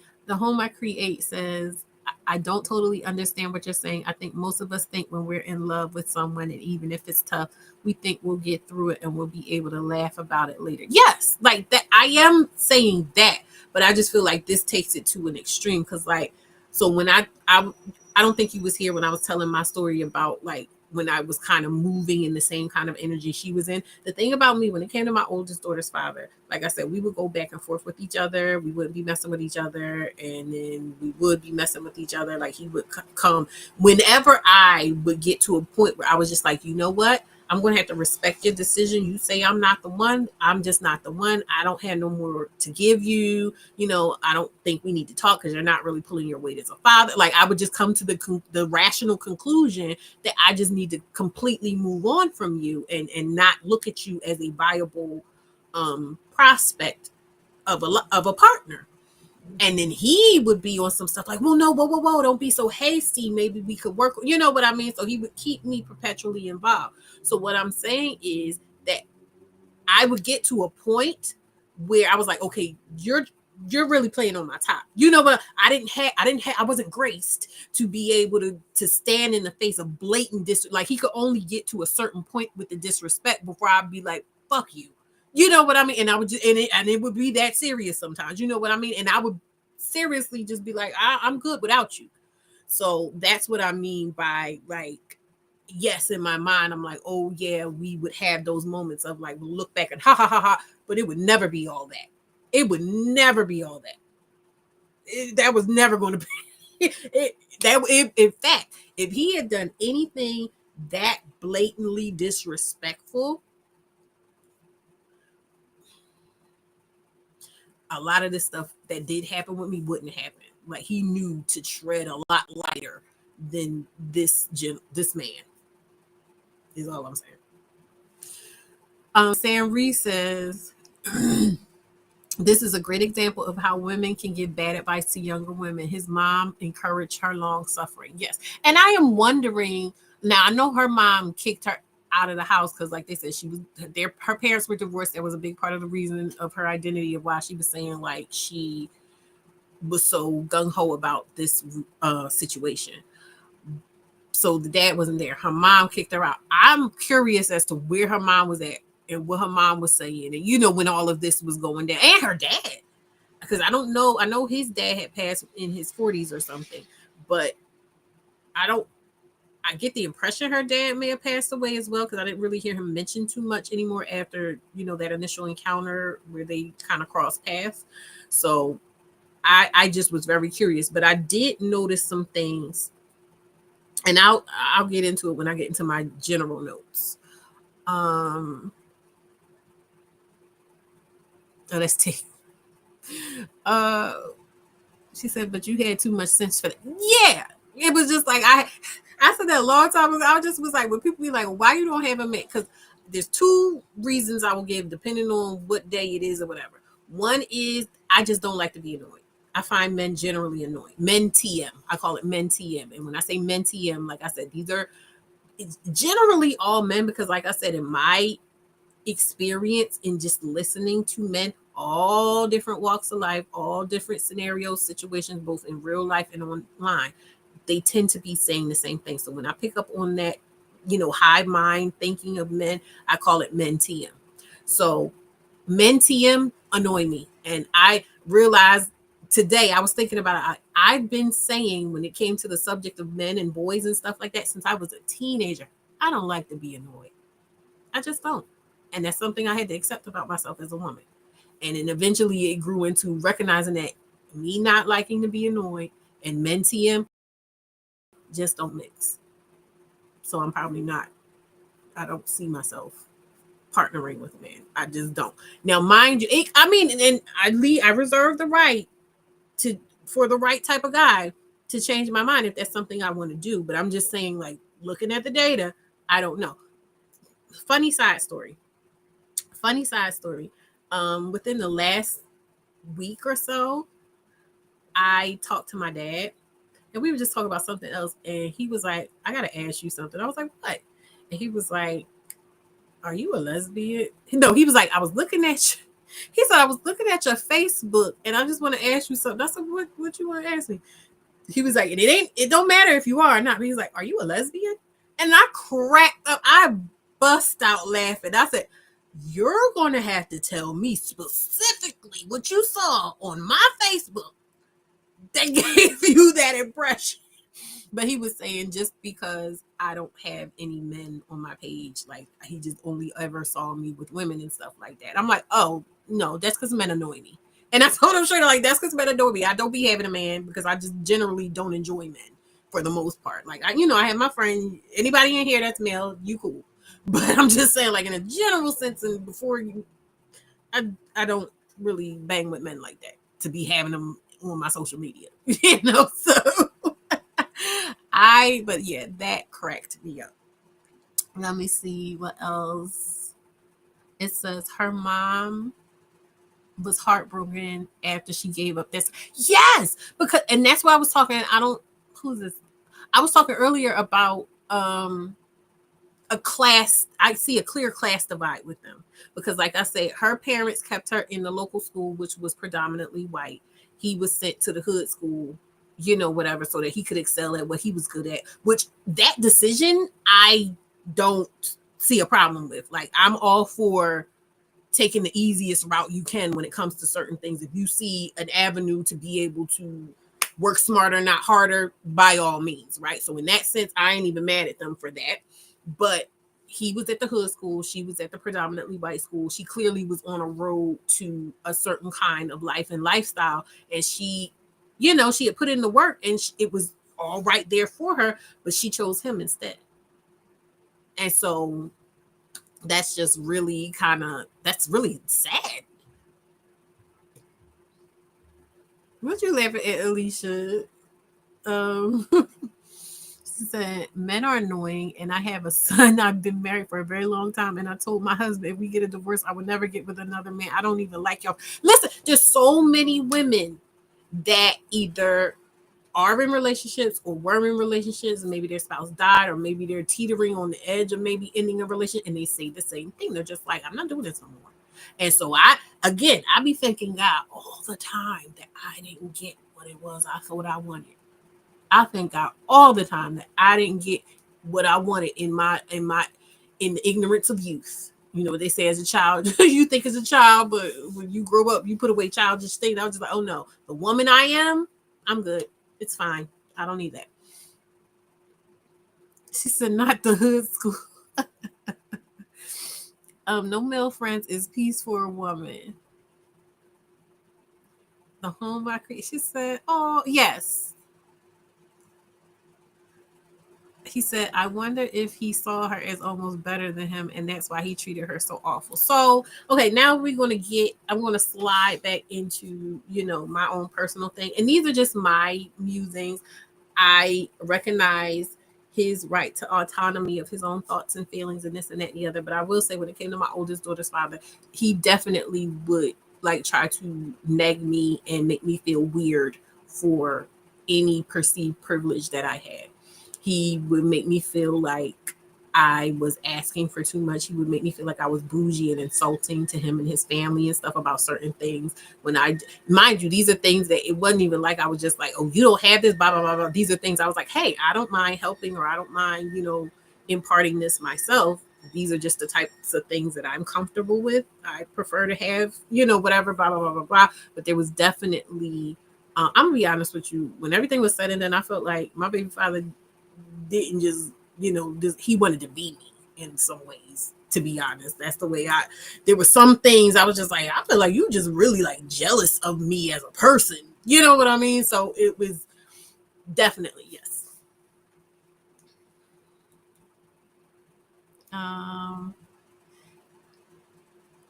Summer said, I like my male friends. I mean, let me clarify. I have had male friends all throughout my life. And I've had really good male friends all throughout my life. Men can be generally annoying, but when I say men are annoying, I mean to the point where I can't. There's something about a romantic relationship that they just bump it up to another level. Men can be generally, whatever. But my male friends that I've had wonderful friendships with males. But when I say men are annoying, I'm mostly talking about to try to be in a relation, a romantic relationship with. They are way too annoying for me because there are these things that they expect of you. You are supposed to, like I said, you are supposed to build an environment in which they then basically don't have no choice but to be a good man. But you're also not supposed to be aggressive and dominant and forceful with, what I mean? It's way too much time, energy, everything. And there was something else that I wanted to point out about the mother grooming her, because there was some other things she said about her relationship with his mother and stuff like that. Her and his mother spent so much time and energy trying to build him into this man that he is today. The time and energy that they spent building this, like I said, she was already on it. Imagine who and what she could have been. And I'm not saying she didn't need to have no man, and she could have had a husband and everything. But just imagine what she would have been able to do so much quicker, faster, had she not been pouring into this dead pool. You get what I'm saying? And that's what I mean by men just being annoying. They are too much. You have to put too much energy into maintaining and sustaining them. She said, sounds like he was insecure and envious. Sounds like women have to lead these men. Yes, women are supposed to lead these men from behind. You're supposed to be the neck, not the head. I wish I knew myself that well when I was younger. Definitely would have made so many different decisions. Listen. Like I said, it was the grace of God that did not fulfill, because I tried. I tried, but I guess I did know myself too well where I would get to a point, like I said, where I was like, "Fuck this! This ain't even worth it." You know what I mean? Like, it just wasn't worth it for me. Energy vampires. Sorry, hold on.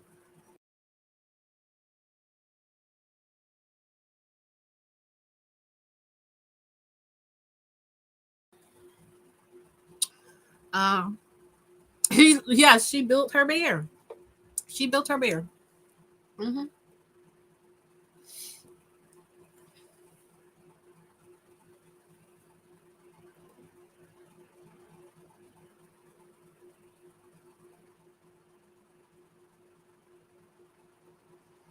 She's not your preference. She lived down the street.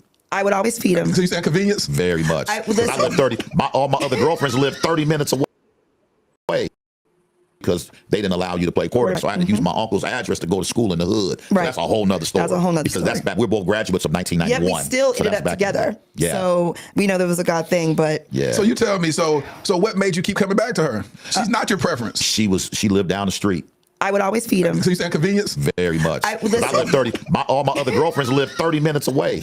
She lived about 3 minutes away. Regis sound terrible. Regis is getting worse and worse and worse. But I would always feed you. She would feed me. He always had a meal already. Oh man, listen. I said, women, you got to feed him. And she would give me money. She worked at Lane Bryant. I'm like, this girl's a senior in high school working at the mall. I'm like, and then again, when we would talk, we had chemistry. We did. She just wasn't my preference. And I got a lot of friends that are single.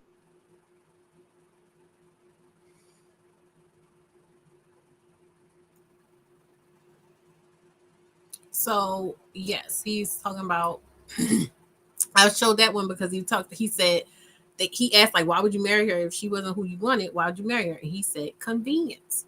And he explained all the ways that she was just convenient for him. She lived right up the street. When he came there, she just was accommodating. She was working, muling, giving him money, cooking, cleaning, all that other stuff, and apparently having sex with him, whatever.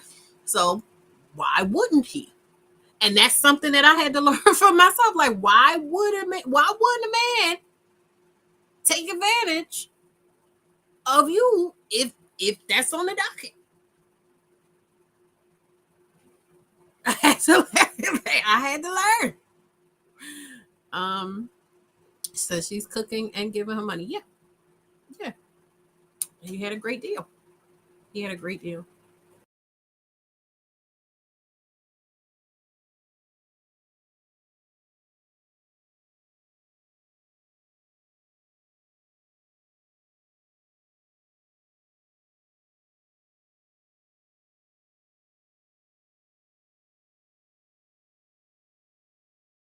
You ever apologize to her for all the stuff you took her through? Absolutely. What was that moment like? Man, I'll never forget. After I found out I wasn't going to prison, I got probation. 4 years. For 4 years. Which was the best thing because he had to stop smoking weed, couldn't drink. And the judge even said, if you run a stop sign during these 4 years, he said, if you flunk one drug test, I'm putting you in prison for 4 years. And so I got set free that day. Yeah. John 8:32 says, and them that know the truth, and the truth will make you free. And so a couple of months later, she was leading worship at my dad's church. It was Saturday morning practice. Yep. And the Lord instructed me to get a bucket of water and wash her feet and repent to her for what I put her through. Oh, that's beautiful. And he did. That's beautiful. Yeah. And I've never, ever from that day, ever washed another person's feet in my life. Right. Except my own. So in that moment, how did you feel getting that moment of reconciliation? Honestly, I didn't want him to do that because I love him so much. I didn't feel worthy. No, I don't know if you've had that happen to you, but it's a very humbling experience. Exactly. I was wash your feet, and it made me uncomfortable. But of course, we cried together and hugged together, and of course, I received it and loved him. But I was uncomfortable with it because you don't have to do that for me to, accept your forgiveness. Did you realize why God allowed him and instructed him to do that? I do now. Why? Because he had to it was a way of saying thank you and just humility, the humility of it. That word, humility. When Jesus modeled that in the Bible, it was the greatest show of humility. Yeah. Here's this leader. Here's this savior of the world that says, I can humble myself to wash your feet. Yeah. That's what masculinity truly is. Right. That's what husband.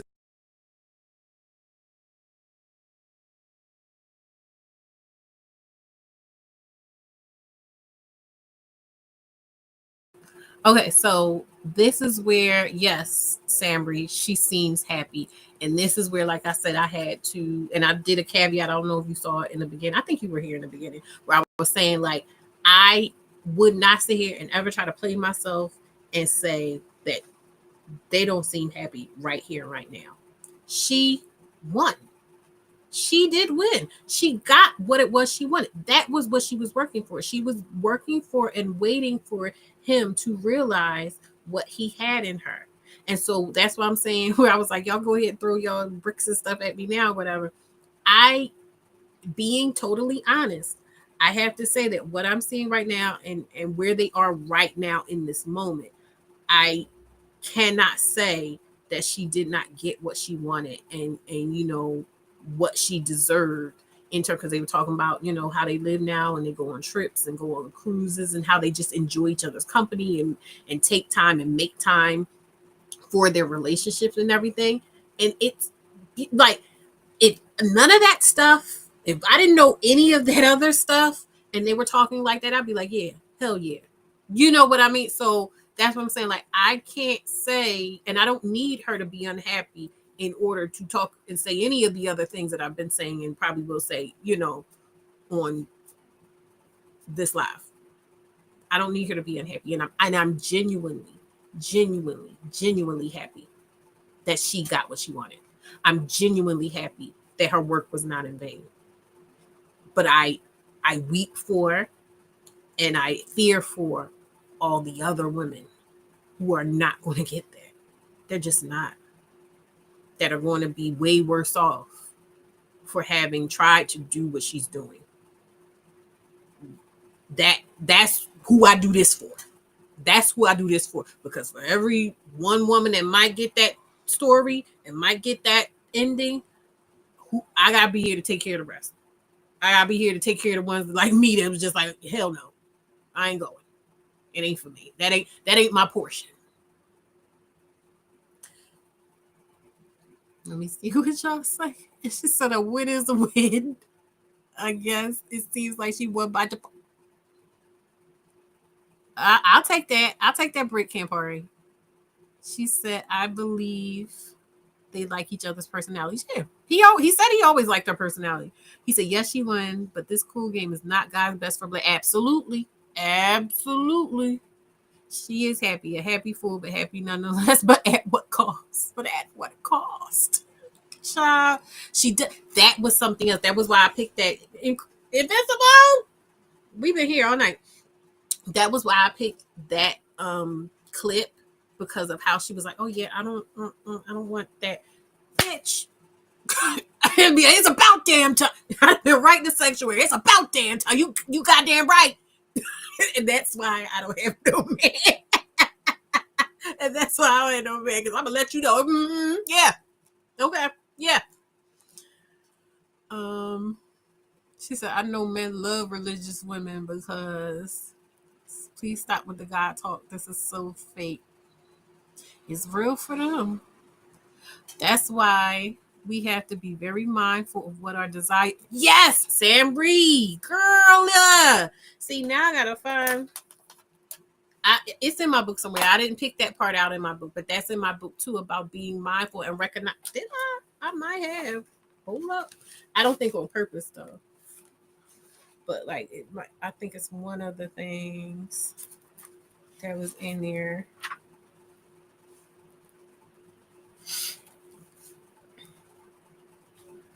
I don't know, but it is something that's in my book about being aware of what it is you want and setting clear intentions so that you can get what it is you actually want, as opposed to like you can make choices instead of concessions. Oh yeah, let me put up, when I mention the book, I gotta do my due diligence. If you want to purchase the book, Level Up, the Singles Mother's Guide to Reclaiming Her Dignity, that we've been referencing the whole night, this is the link for that. And there's also an ebook version if you prefer the ebook version. So yeah. Let me see what else y'all are saying. This is not, and I blame Lateris R. Whitfield for platforming this foolishness, what we should be emulating at the cost of her dignity. And that's what the book is called, Level Up, The Single Mother's Guide to Reclaiming Her Dignity. Alignment. Alignment and purpose.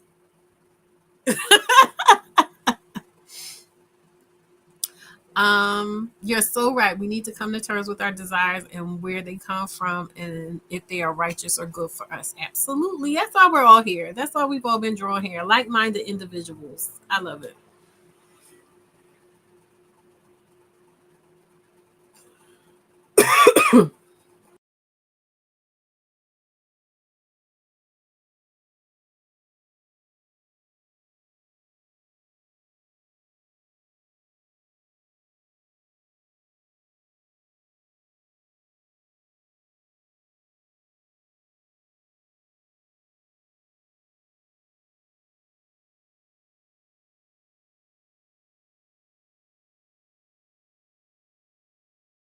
praying and seeking for him to become the man that you called him to be, God. And God, I thank you for being a deliverer. I thank you for being a restorer. I thank you for being a God.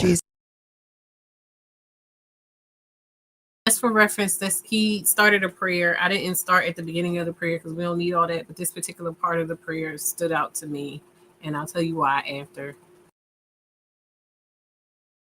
That your word will never return void. And I thank you for the promises that his mother spoke over Reggie, that manifested in this mighty man of valor that sits before us right now. I thank you for this praying woman, this Proverbs 31 woman that has sat next to him and prayed them into his purpose, that suffered into the purpose, that shed tears into his purpose. And she was able to water the seeds that was in his heart and his mind to produce the fruit. So often women are not given the credit. It's not about struggle love, but it's about having a purposeful woman of God that is able to intercede. Intercession ain't pretty. Intercession ain't nice. Intercession ain't the flowers and the butterflies. Intercession is warfare. And God, I thank you for creating this woman that could go into war for her family. And I thank you, God, and I honor them right now in the name of Jesus for all that you're doing in their lives. In Jesus' name. And that's the reason why before we did this interview, I planted the seed in y'all hand. Because God,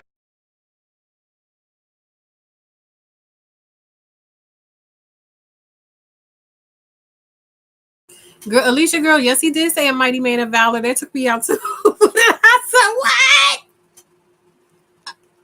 what? Ooh, okay. Absolutely not. But you want to know something, and it's so funny. This is back.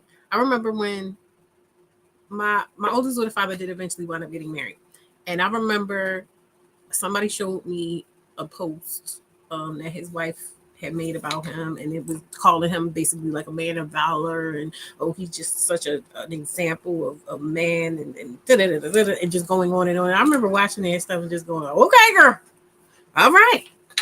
And I was like, he found her. He found her. Yeah, because it wasn't going to be me. No, that's not true. I was willing to speak of him in that way, but he was going to have to be that way. You get what up? Like, in some very key ways that he was not at that moment when I read that. So I was just like, okay. It says there's nothing there. Nothing.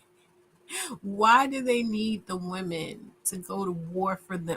Now, that is why that stuck out to me, because I said, number one, I thought women were supposed to be feminine. I thought women weren't supposed to be, I thought warriorhood and all of that stuff was reserved for the manly, mighty, masculine men. So that stuck out to me as another inconsistency.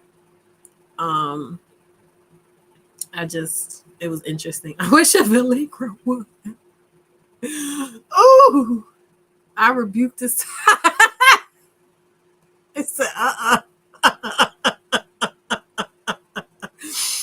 Listen, it's a lot. It's so much. She just ruined the moment. Listen, he was so moved. Lateris was so moved by this bullshit that he was like, oh yes, I just gotta praise y'all and honor y'all and this and that and the other, because this is exactly what a man like me need to hear.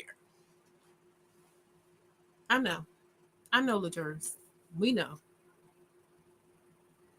It's on brand. It's on par. We get it.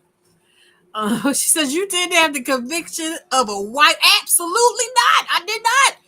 I will. You got me. I did not. And that's the thing. What's funny to me, because I've had him like try to throw certain things in my face or whatever and be like, oh yeah, you not of this. And you absolutely right. I'm not. You think I'm gonna cry? You think I'm sad about it? I accept that about myself. And when I talk about not being with men and not dealing with men, and people be like, oh yeah, you did it. No, you don't understand. That's radical self-acceptance. This ain't even about nobody else. This is about me accepting who I am. I'm not her. I'm not going to do that.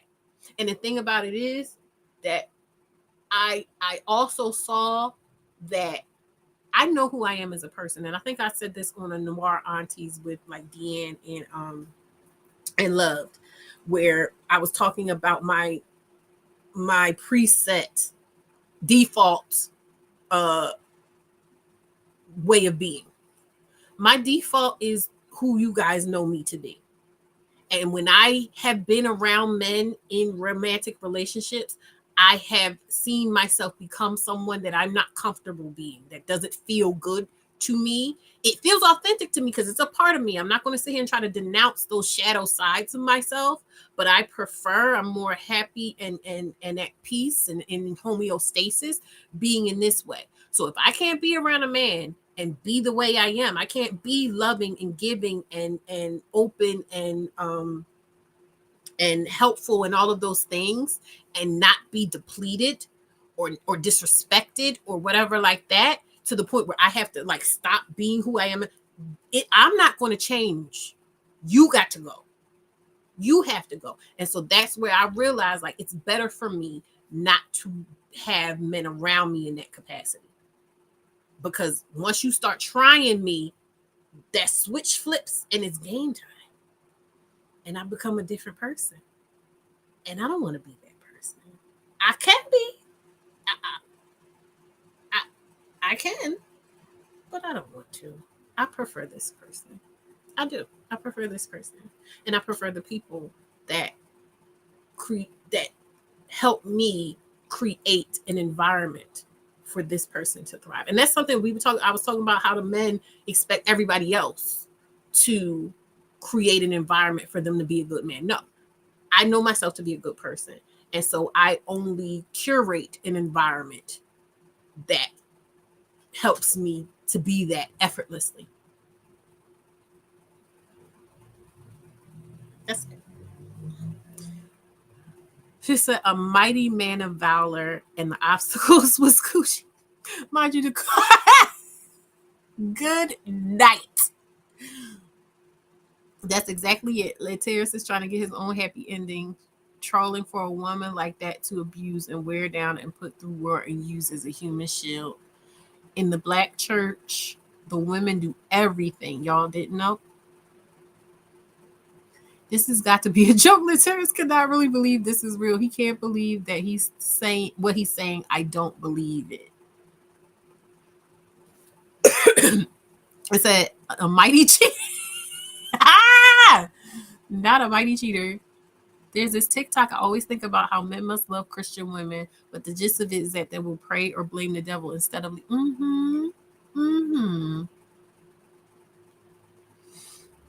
Let me see. What you got to say, Corwell? Oh, you already said that. It looks like I ain't a good Christian. Listen, I can give you a good Christian and I can give you a good woman, but I can't be a good Christian woman, I guess. I can be, both of those things separately, I suppose, but I can't be them both together. I hate praying and blaming. The devil is the default Christian way. This thinking holds a lot of people back. Yes, because at the end of the day, we were talking about this. The mental gymnastics are always too much. Yes, I'm telling you, because and it's so funny because when I was talking to men, when I would be talking to men and like trying to get to know men and this and that and the other, we would always get to a point where we would be having a conversation and I would be pointing out that inconsistency. And I wouldn't even be trying to be smart. I would just be like, that doesn't make sense. that's irrational, or that doesn't make, or that's hypocritical, or whatever. Like, I would just be like having a real conversation as a real full person within my own right. And eventually I was getting treated as abnormal. I was getting treated as if I was difficult. I was getting treated as if I was disrespectful and all these other things. And I'm like, I know that I'm not. I know that I'm not. And so that's when, or not even like I knew that I was not, that was what led me, like I said, to this idea of like, well, maybe there is something I need to improve in myself. And then that's when I found the femininity content, and that's when I found the manosphere, and that's when I found out, no, it was not me, it was them.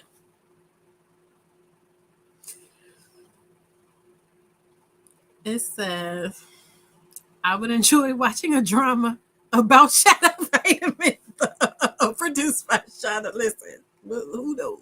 One day, who knows? Let's move on.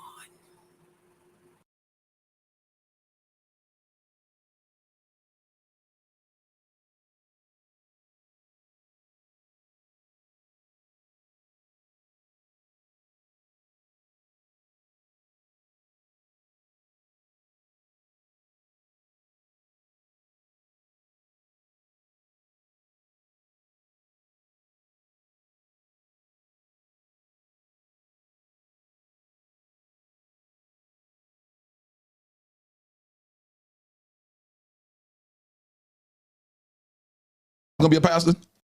It is.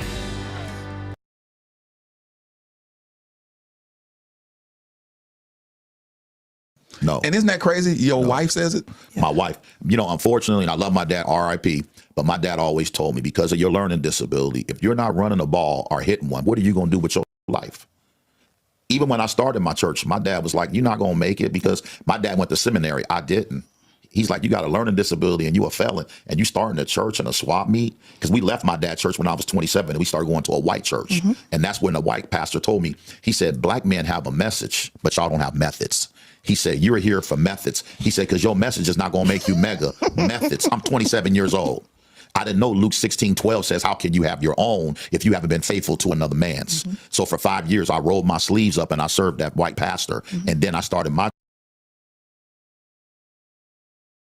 This is something that's coming out of left field right now, in that, because we were watching this to get to another part of this, but in that, what he said, and then how they had to go to the white church and everything like that, that is what black men, this whole, we don't need education, that is what black men are missing. And that's where I will say that, like I said, they got it together at the end. And when he actually, like, I don't know if that was her idea or not, but like this idea that, like, I went and stayed up under the white man and learned how the white man was able to build, because it do be them white people building. I mean, some black people do, but he's like, you had to learn the method. You have to, this is the society we live in. You have to learn how this shit works. And so that, to me, that's something, that's the one smart thing I ever heard him say, was like, I went to that white man to learn the methods. I had the message but I needed to learn the methods. And he went and learned the methods. So I got to give him that. I ain't mad at it, because he made it into his own. He was able to build his own thing. Because all these men, let me get big. All these men want their own kingdom, which arguably he has.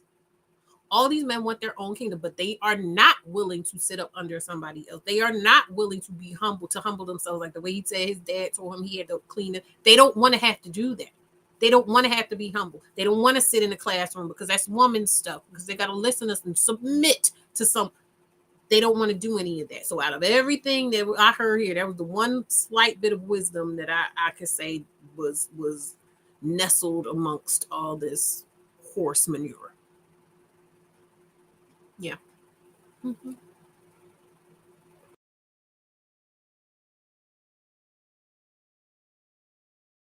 My church, and she believed in me and gave me her paycheck. And Ephesians 3:20 says, now unto God, who was able to do exceedingly abundantly above more than I could even imagine or even think. And my wife was the one telling me, you're going to the nations. It was my mother saying, you're going to the nations, not knowing that I would bump into a guy named Obed Martinez in Seattle, Washington, and he would tell me, man, I need to take you to Australia. Do you have and I need to take you to New Zealand. Have you ever been? I'm like, brother, I ain't never been to New York. Forget New Zealand. Yeah, I'm like, I went to New Zealand before I made it to New York. That's true. He was like, do you have a passport? I'm looking at my wife. What is that? But 6 weeks later, I had one. Hallelujah. And then here I am preaching on stage to thousands of people in New Zealand and Australia and London. And I mean, and the list goes on. You know, again, a man with a learning disability and a convicted felon. But this one right here told me when we got evicted from an apartment, I'll never forget, I said, you need to take Isaiah and move back in with your mom. I'm going back to my parents. We're not going to make it. She said, Negro, I'll live in a box with you. That's right. And that's when I knew she was 10 toes down. But even before that, I knew that she's been fighting for me now almost 35 years, 32 married today. 35 almost total. So, but she was graced for this. Yeah. Not every woman's graced to deal with a Reggie Steele. Absolutely not. Because I put her through a lot. It was a lot. But it was worth it. Praise Why do you the say it Lord. was worth it, Kelley? Because I just love what God's doing. I used to tell him, if I was put on this earth to be his helpmate and that's it, so be it. I'm honored.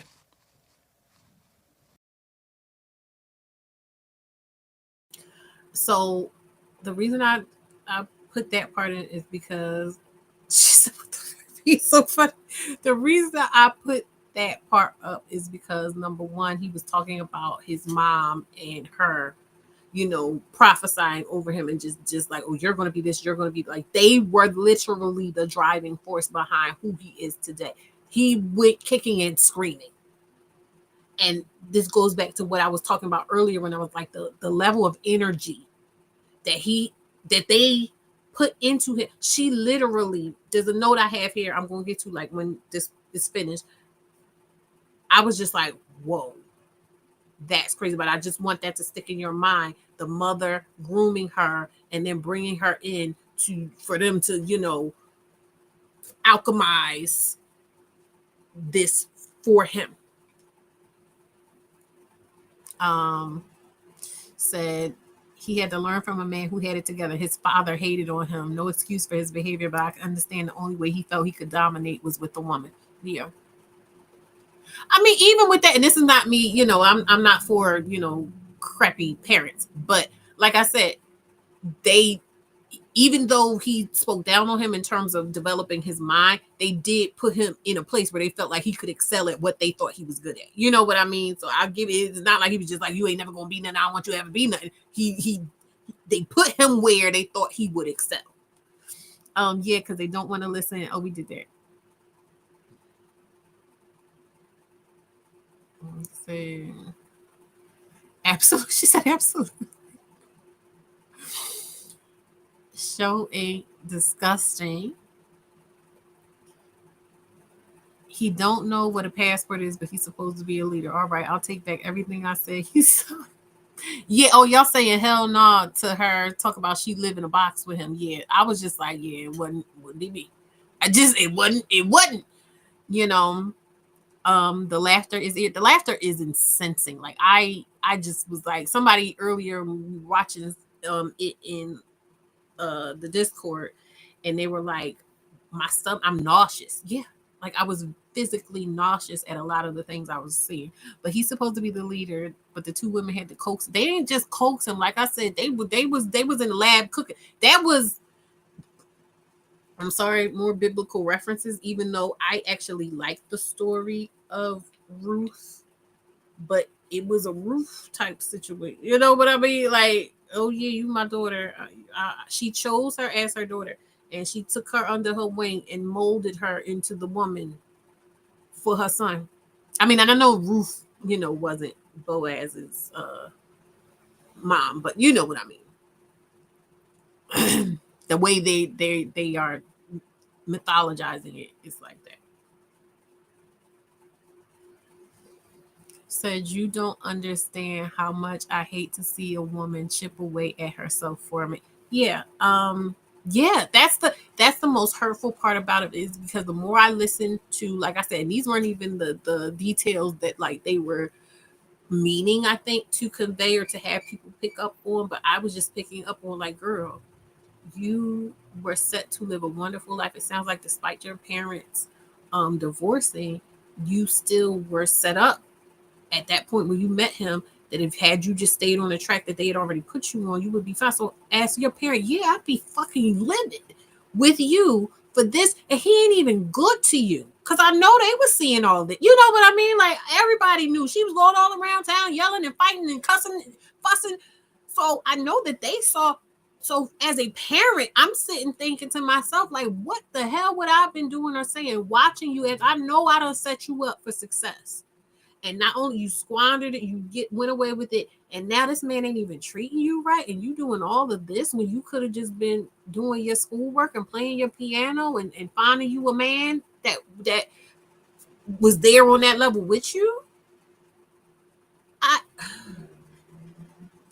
my heart, like my pressure. It makes your skin crawl. It does. It truly does.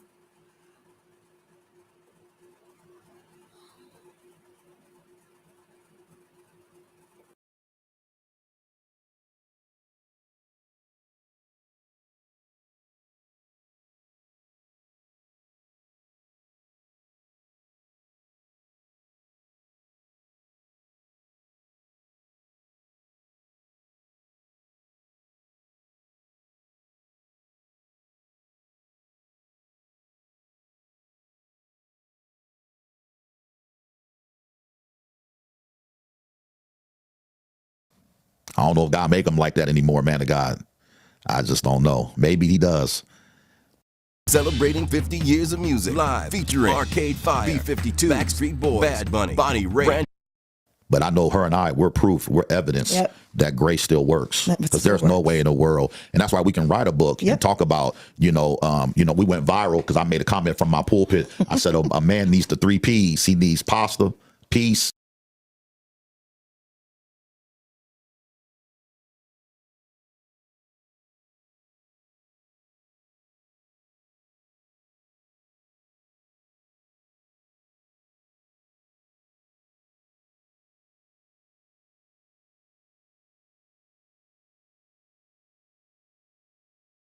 All right, I'm sorry, I had to reorient to the to the screen.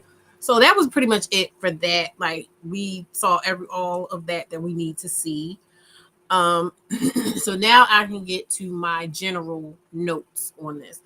The first general note that I have is there's not enough talk about being better before a marriage. Like, they were just talking so much about, oh, you gotta strive and you gotta work and you gotta, whatever, become once you get married. But as if it's not possible to be better. Like, and I get it that maybe like that, just like I'm talking to women, single mothers, but I'm actually talking to Black women. I found that Black women without children have gravitated towards this space, right? So now I recognize that I'm not just talking to single mothers. I'm talking to Black women in general. That's why it's a part of my tagline. And I think it is possible, and you do kind of need to talk to people before they get to this point of being so broken in this situation. Where's the talk of how to minister to people to not even be that when they ask somebody for their hand in marriage or accept, someone asking for their hand in marriage? There was not enough talk of, just being a better person in a general sense prior to marriage for me. She said, look at his face. He don't even like her. I don't believe that. I don't believe that. This suggests something horrifying about the community dynamics. If we stop alchemizing, these men are lost in one generation because their father didn't love them. But if we are to survive, says, I guess none of that hardship matters because they've been together. Yes, that's what I'm saying. But that's what they're always trying to tell you. That's why you'll never be married and you don't know you don't have the conviction of a wife. And because it is all about being able to say, well, I've been married for this amount of time. That's what it is about. Some folks just be NPCs. This is embarrassing. It is embarrassing. But yeah, my next note was, on paper, this is a success. So going back to what I said, prior to the intro or whatever, I was saying that on paper, this is a success. And I do not need to try to dampen or rain on their parade in terms of the success, the wins they have. This man is an international preacher. I believe he says he has over 1,000 or 10,000. I forget. I know he said like in the first year or so they got to 1,000, and now I think they have like 10,000 or whatever patrons of their church. He's always traveling, always preaching. Clearly, they live a good life. They were able to buy like 10 acres or something for the church. They go on cruises and stuff. They go on date nights and all that. So it sounds like they live a very comfortable life together, and they're enjoying each other and working and moving in purpose the way she wanted them to. So that's what I'm saying. Like, I don't have to try to say that that's not the reality right here and today. But what I'm saying is, ain't a nigga ever been born or will be born that is worth that to me. I wouldn't want that for my best friend. I wouldn't want that for my worst enemy. I would not allow that for my child. So either one of my daughters. So what I'm saying is, I get this idea like, oh, you get out what you put in, but just too many people I've seen with my own eyes to this day. Some people I know putting in, and it's been over a decade. You know, I'm only like about to be 40 or whatever. It's been a decade or so, closer to 2 decades with some people, and I ain't seen the return on investment yet. So what I'm saying is, and like I said, I'm grateful every day that God was like, no, dummy. That God was like, no, dummy, not for you. I'm grateful every day, right? But well, yeah. It says mental health is so important. Just how there was not one counseling session outside of church. They enjoy each other. It just took 35 years to. I will say this too. As someone, I grew up, my grandparents raised me, or my maternal grandparents raised me. And there were things that I did not know had happened within their marriage and stuff between them until I was an adult. Because the people that I knew and the people that I experienced growing up and the things that they were going through and stuff like that, I would have never known, because they were united in caring for their grandchildren. You know, me and everybody that came after me, the family orientation, that the wholesomeness came from that family oriented hive mind that they had, meeting of the minds that they had when it came to, you know, caring for children and making sure that children had everything that they need to be comfortable and fed and safe and warm and blossom as and comfortably as children, right? And when I think about the conversations that I saw them having, you know, about what they were planning on doing in their golden years. Unfortunately, my grandfather passed away before they could. I do believe that it's possible to have tumultuous times with some, you know, like you're young, you're mad, you're you're angry, y'all, to learn to grow, to be kinder to each other. That's not, it's not that I'm saying like that's not something that has some kind of value, but the level of, for him to sit and just straight up say, yeah, you didn't have any worth, and say he was saying that to her at that time, and for her, like, that's not healthy. It was never healthy. You know what I mean? And so that basis of that, I think it's important not to try to sell that as something that, like, this is normalizing it. I don't care what they say. They were trying to normalize that type of dysfunction and abuse. And this is not, you can't do that. You can't do that. Oh, you know what? Thank you. Wake up. What am I can do I have I do have one for my, I didn't even know I had one. I have a thing for my Cash App. I wasn't even thinking about that, but I would thank you. And that's been there forever. I never use it, so I don't beat that. But thank you so much for reminding me. Wake up. What was I saying? What'd you say, True? True said tumultuous period is normal, but degradation and a lack of respect is exactly. And that's what I'm saying. Like, was not that, and there was, like I said, hit after hit after hit after hit of egregious, deal breaking disrespect. You know what I mean? Like, they just like, oh yeah, they were getting along. No, egregious, deal breaking disrespect. So crazy.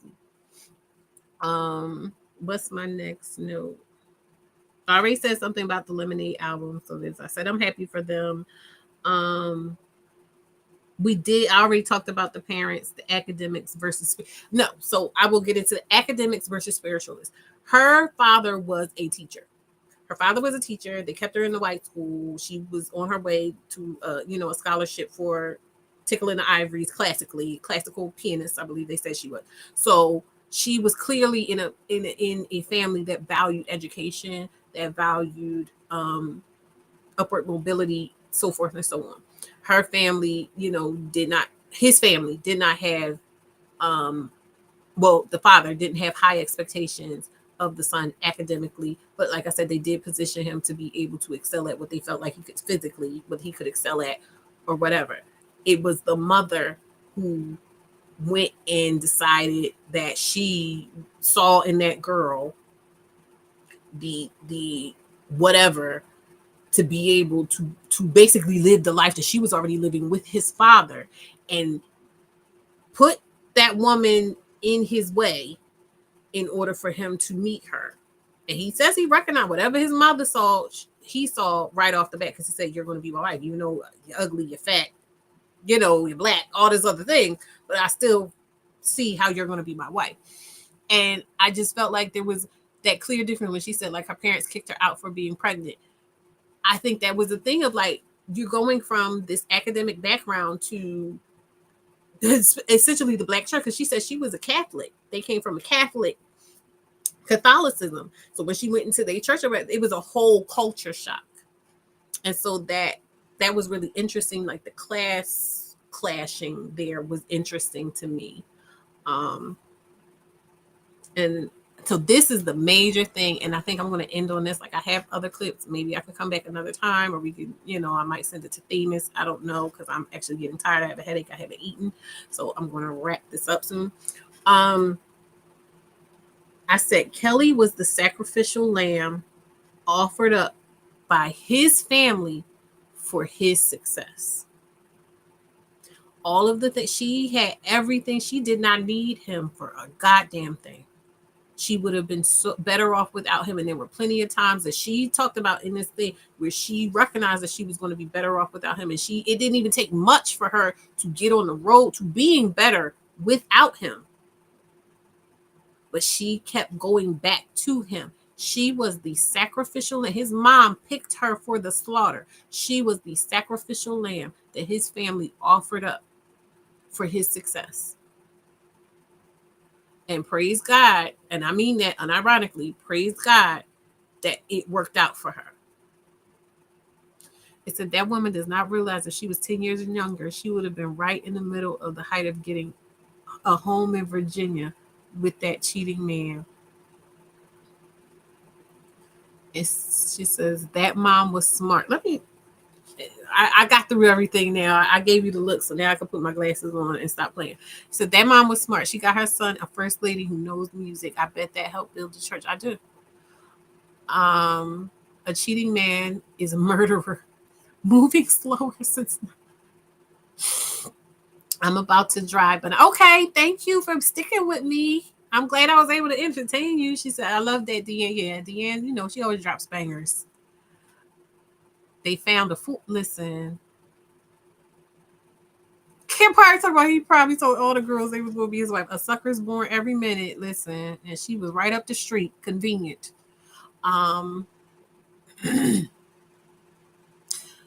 She said, I'm from San Francisco. Believe me when I say I have seen men die hard over and over for their lust, and the women not knowing they are down low and men dealing with it. Listen. No.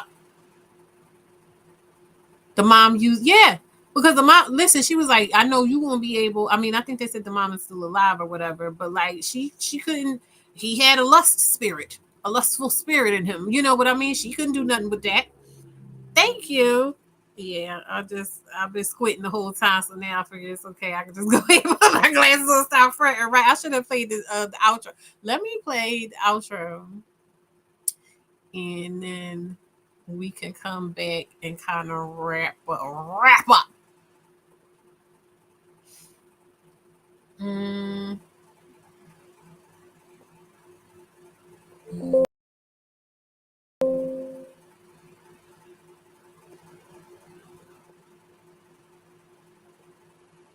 Sorry,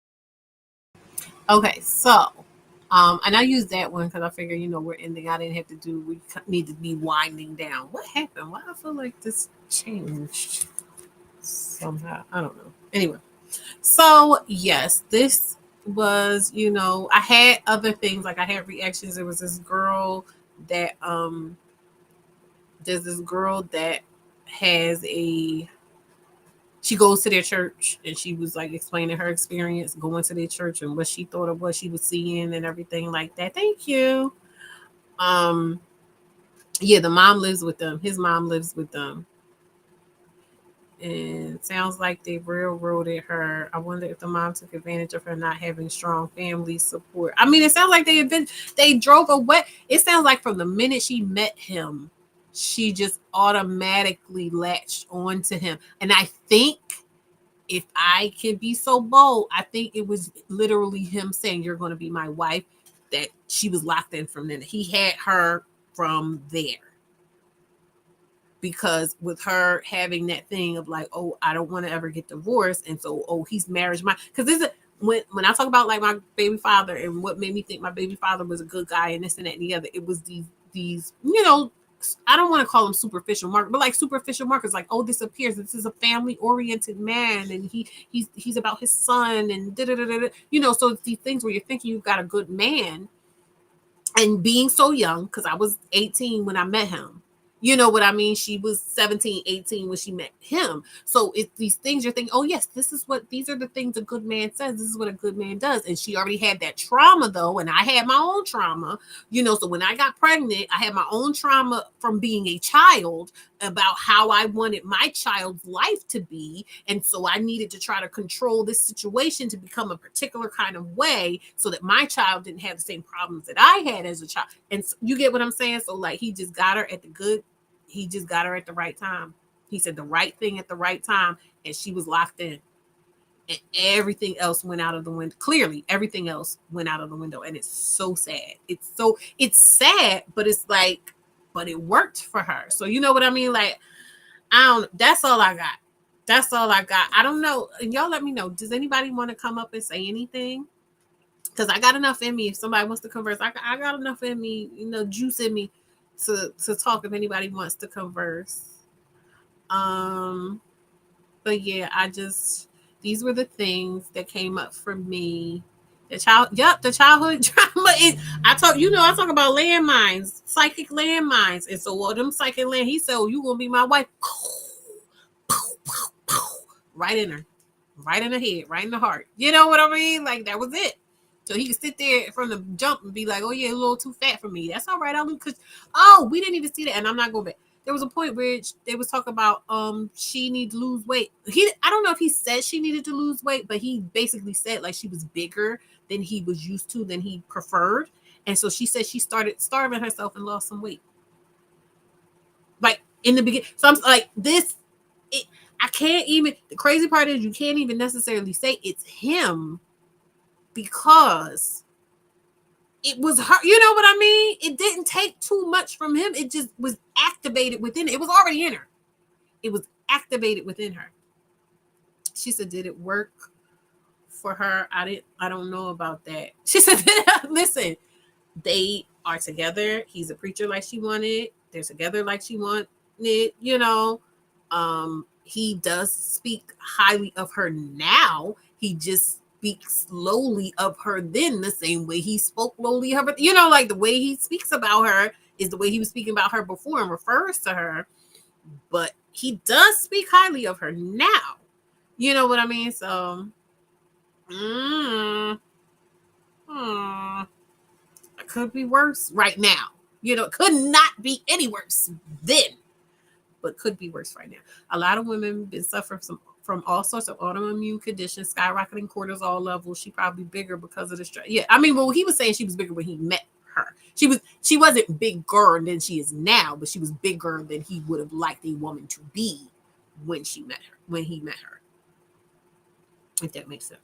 Well, all right, guys. I covered everything I wanted to do. Also, remember to, if you want to pick up your own copy of Level Up, the Single Mother's Guide to Reclaiming Her Dignity, but it also has juicy gems in there for women who aren't single mothers. As we can see, this is just, and I've had women without children that read the book say to me, like, this isn't just for like single mothers. Like, this is actually has a lot of good insight in there for women in general, as we can see, because she wasn't, so there's that. Here is for the ebook. Also, shout out to Wake Up Makeup Slay for reminding me. This is my Cash App if you want to send me anything. But I'm always so grateful. I want to again thank you guys for being here, for showing up, for coming. I know because I'm inconsistent, life be lifing, but I am feeling this. There's something else that's going on, that's brewing on TikTok, that I might do a little something about. So we will see. Also, I've been thinking about like my platform and just like who's here and what I'm doing. And I've been like going back in the archives and watching old lives and stuff I have, and kind of like reacquainting myself with the essence of what Level Up Single Mom is supposed to be, or what's supposed to be. And so I'm having some new ideas about how I can kind of like utilize my Patreon and really get into the meat and potatoes of like what Level Up Single Mom is supposed to be about. Because I have that on here. Let me see something really quick. I know I've done this before, but like I think I got rid of it, but I don't know. It's blah blah blah blah. I'm trying to see if I have my. That's an intro. I'm trying to see. Yeah, I do have this. Let me open this up. Can I make this big? I don't know, but I'm going to share it even if I can't make this big. So I want to share this with you guys because I was having ideas, and I was thinking to myself, like, I have a Patreon, but I don't really do too much on my Patreon. And I think a part of the reason that was because I kind of didn't know what I wanted. I don't want this. This is not what I want. Sorry, guys. A part of it was because, like, I kind of. All right, maybe if I just get this out of here. Okay, and now. Sorry, just rock with me because this thing is making me look bad. Okay, let's try it one more time. Screen. Window. Is this what it is? Oh no, it's this one. So this is my, what's the face? These are what let me see what y'all can see. So these are the foundational tenets of my platform. I have birth your bag, refine your shine, and build your boundaries, right? And I feel like build your boundaries. Let me see if we can go down in that. So build your boundaries is about like your boundaries. It's about what you believe about the world and your. Can you see that? Why can't you see that? That don't look right.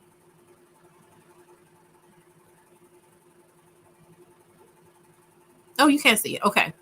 Why build your band? Thank you. I know, Summer. Shout out to you. Shout out to Tiff. And I think it's like one other person that is just y'all just rocking out with me, and you don't know how much I appreciate y'all. Like, I love y'all so much, and I want to give y'all some stuff.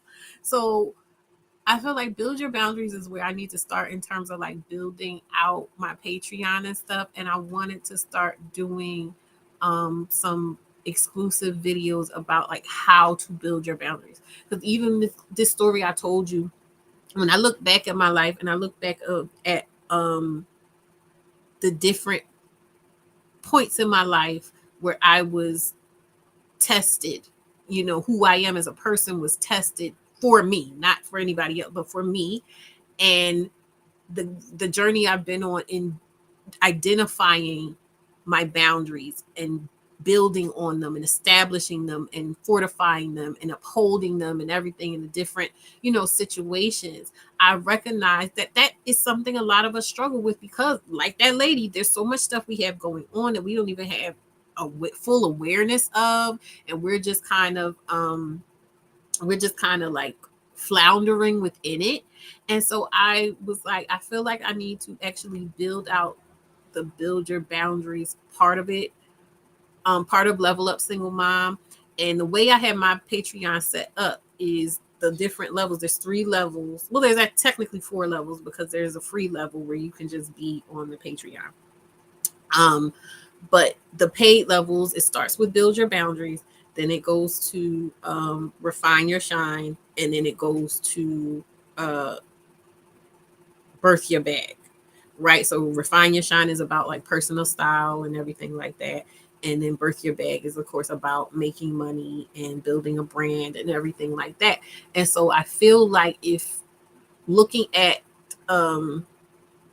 Level Up Single Mom from a bird's eye view, I feel like the first part that I would want people to start with would be build your boundaries, because you can build out everything else from there. Like, you don't need to be trying to figure out what to look like if you don't even know who you are as a person, and you're not even in a position like mentally and emotionally to advocate for yourself and make sure that you are making the decisions that are right for you and what you really want, your vision and your, like how that lady, like I said, she had a whole good life ready for her that she completely deviated from for lack of boundaries. You know what I mean? And lack of self-knowledge. So I'm saying all that to say that I've been contemplating, ruminating on like build your boundaries and wanting to build that out within Patreon. So I guess what I'm asking you guys is, what are some of the things, and you don't have to I'm gonna put my thing in here.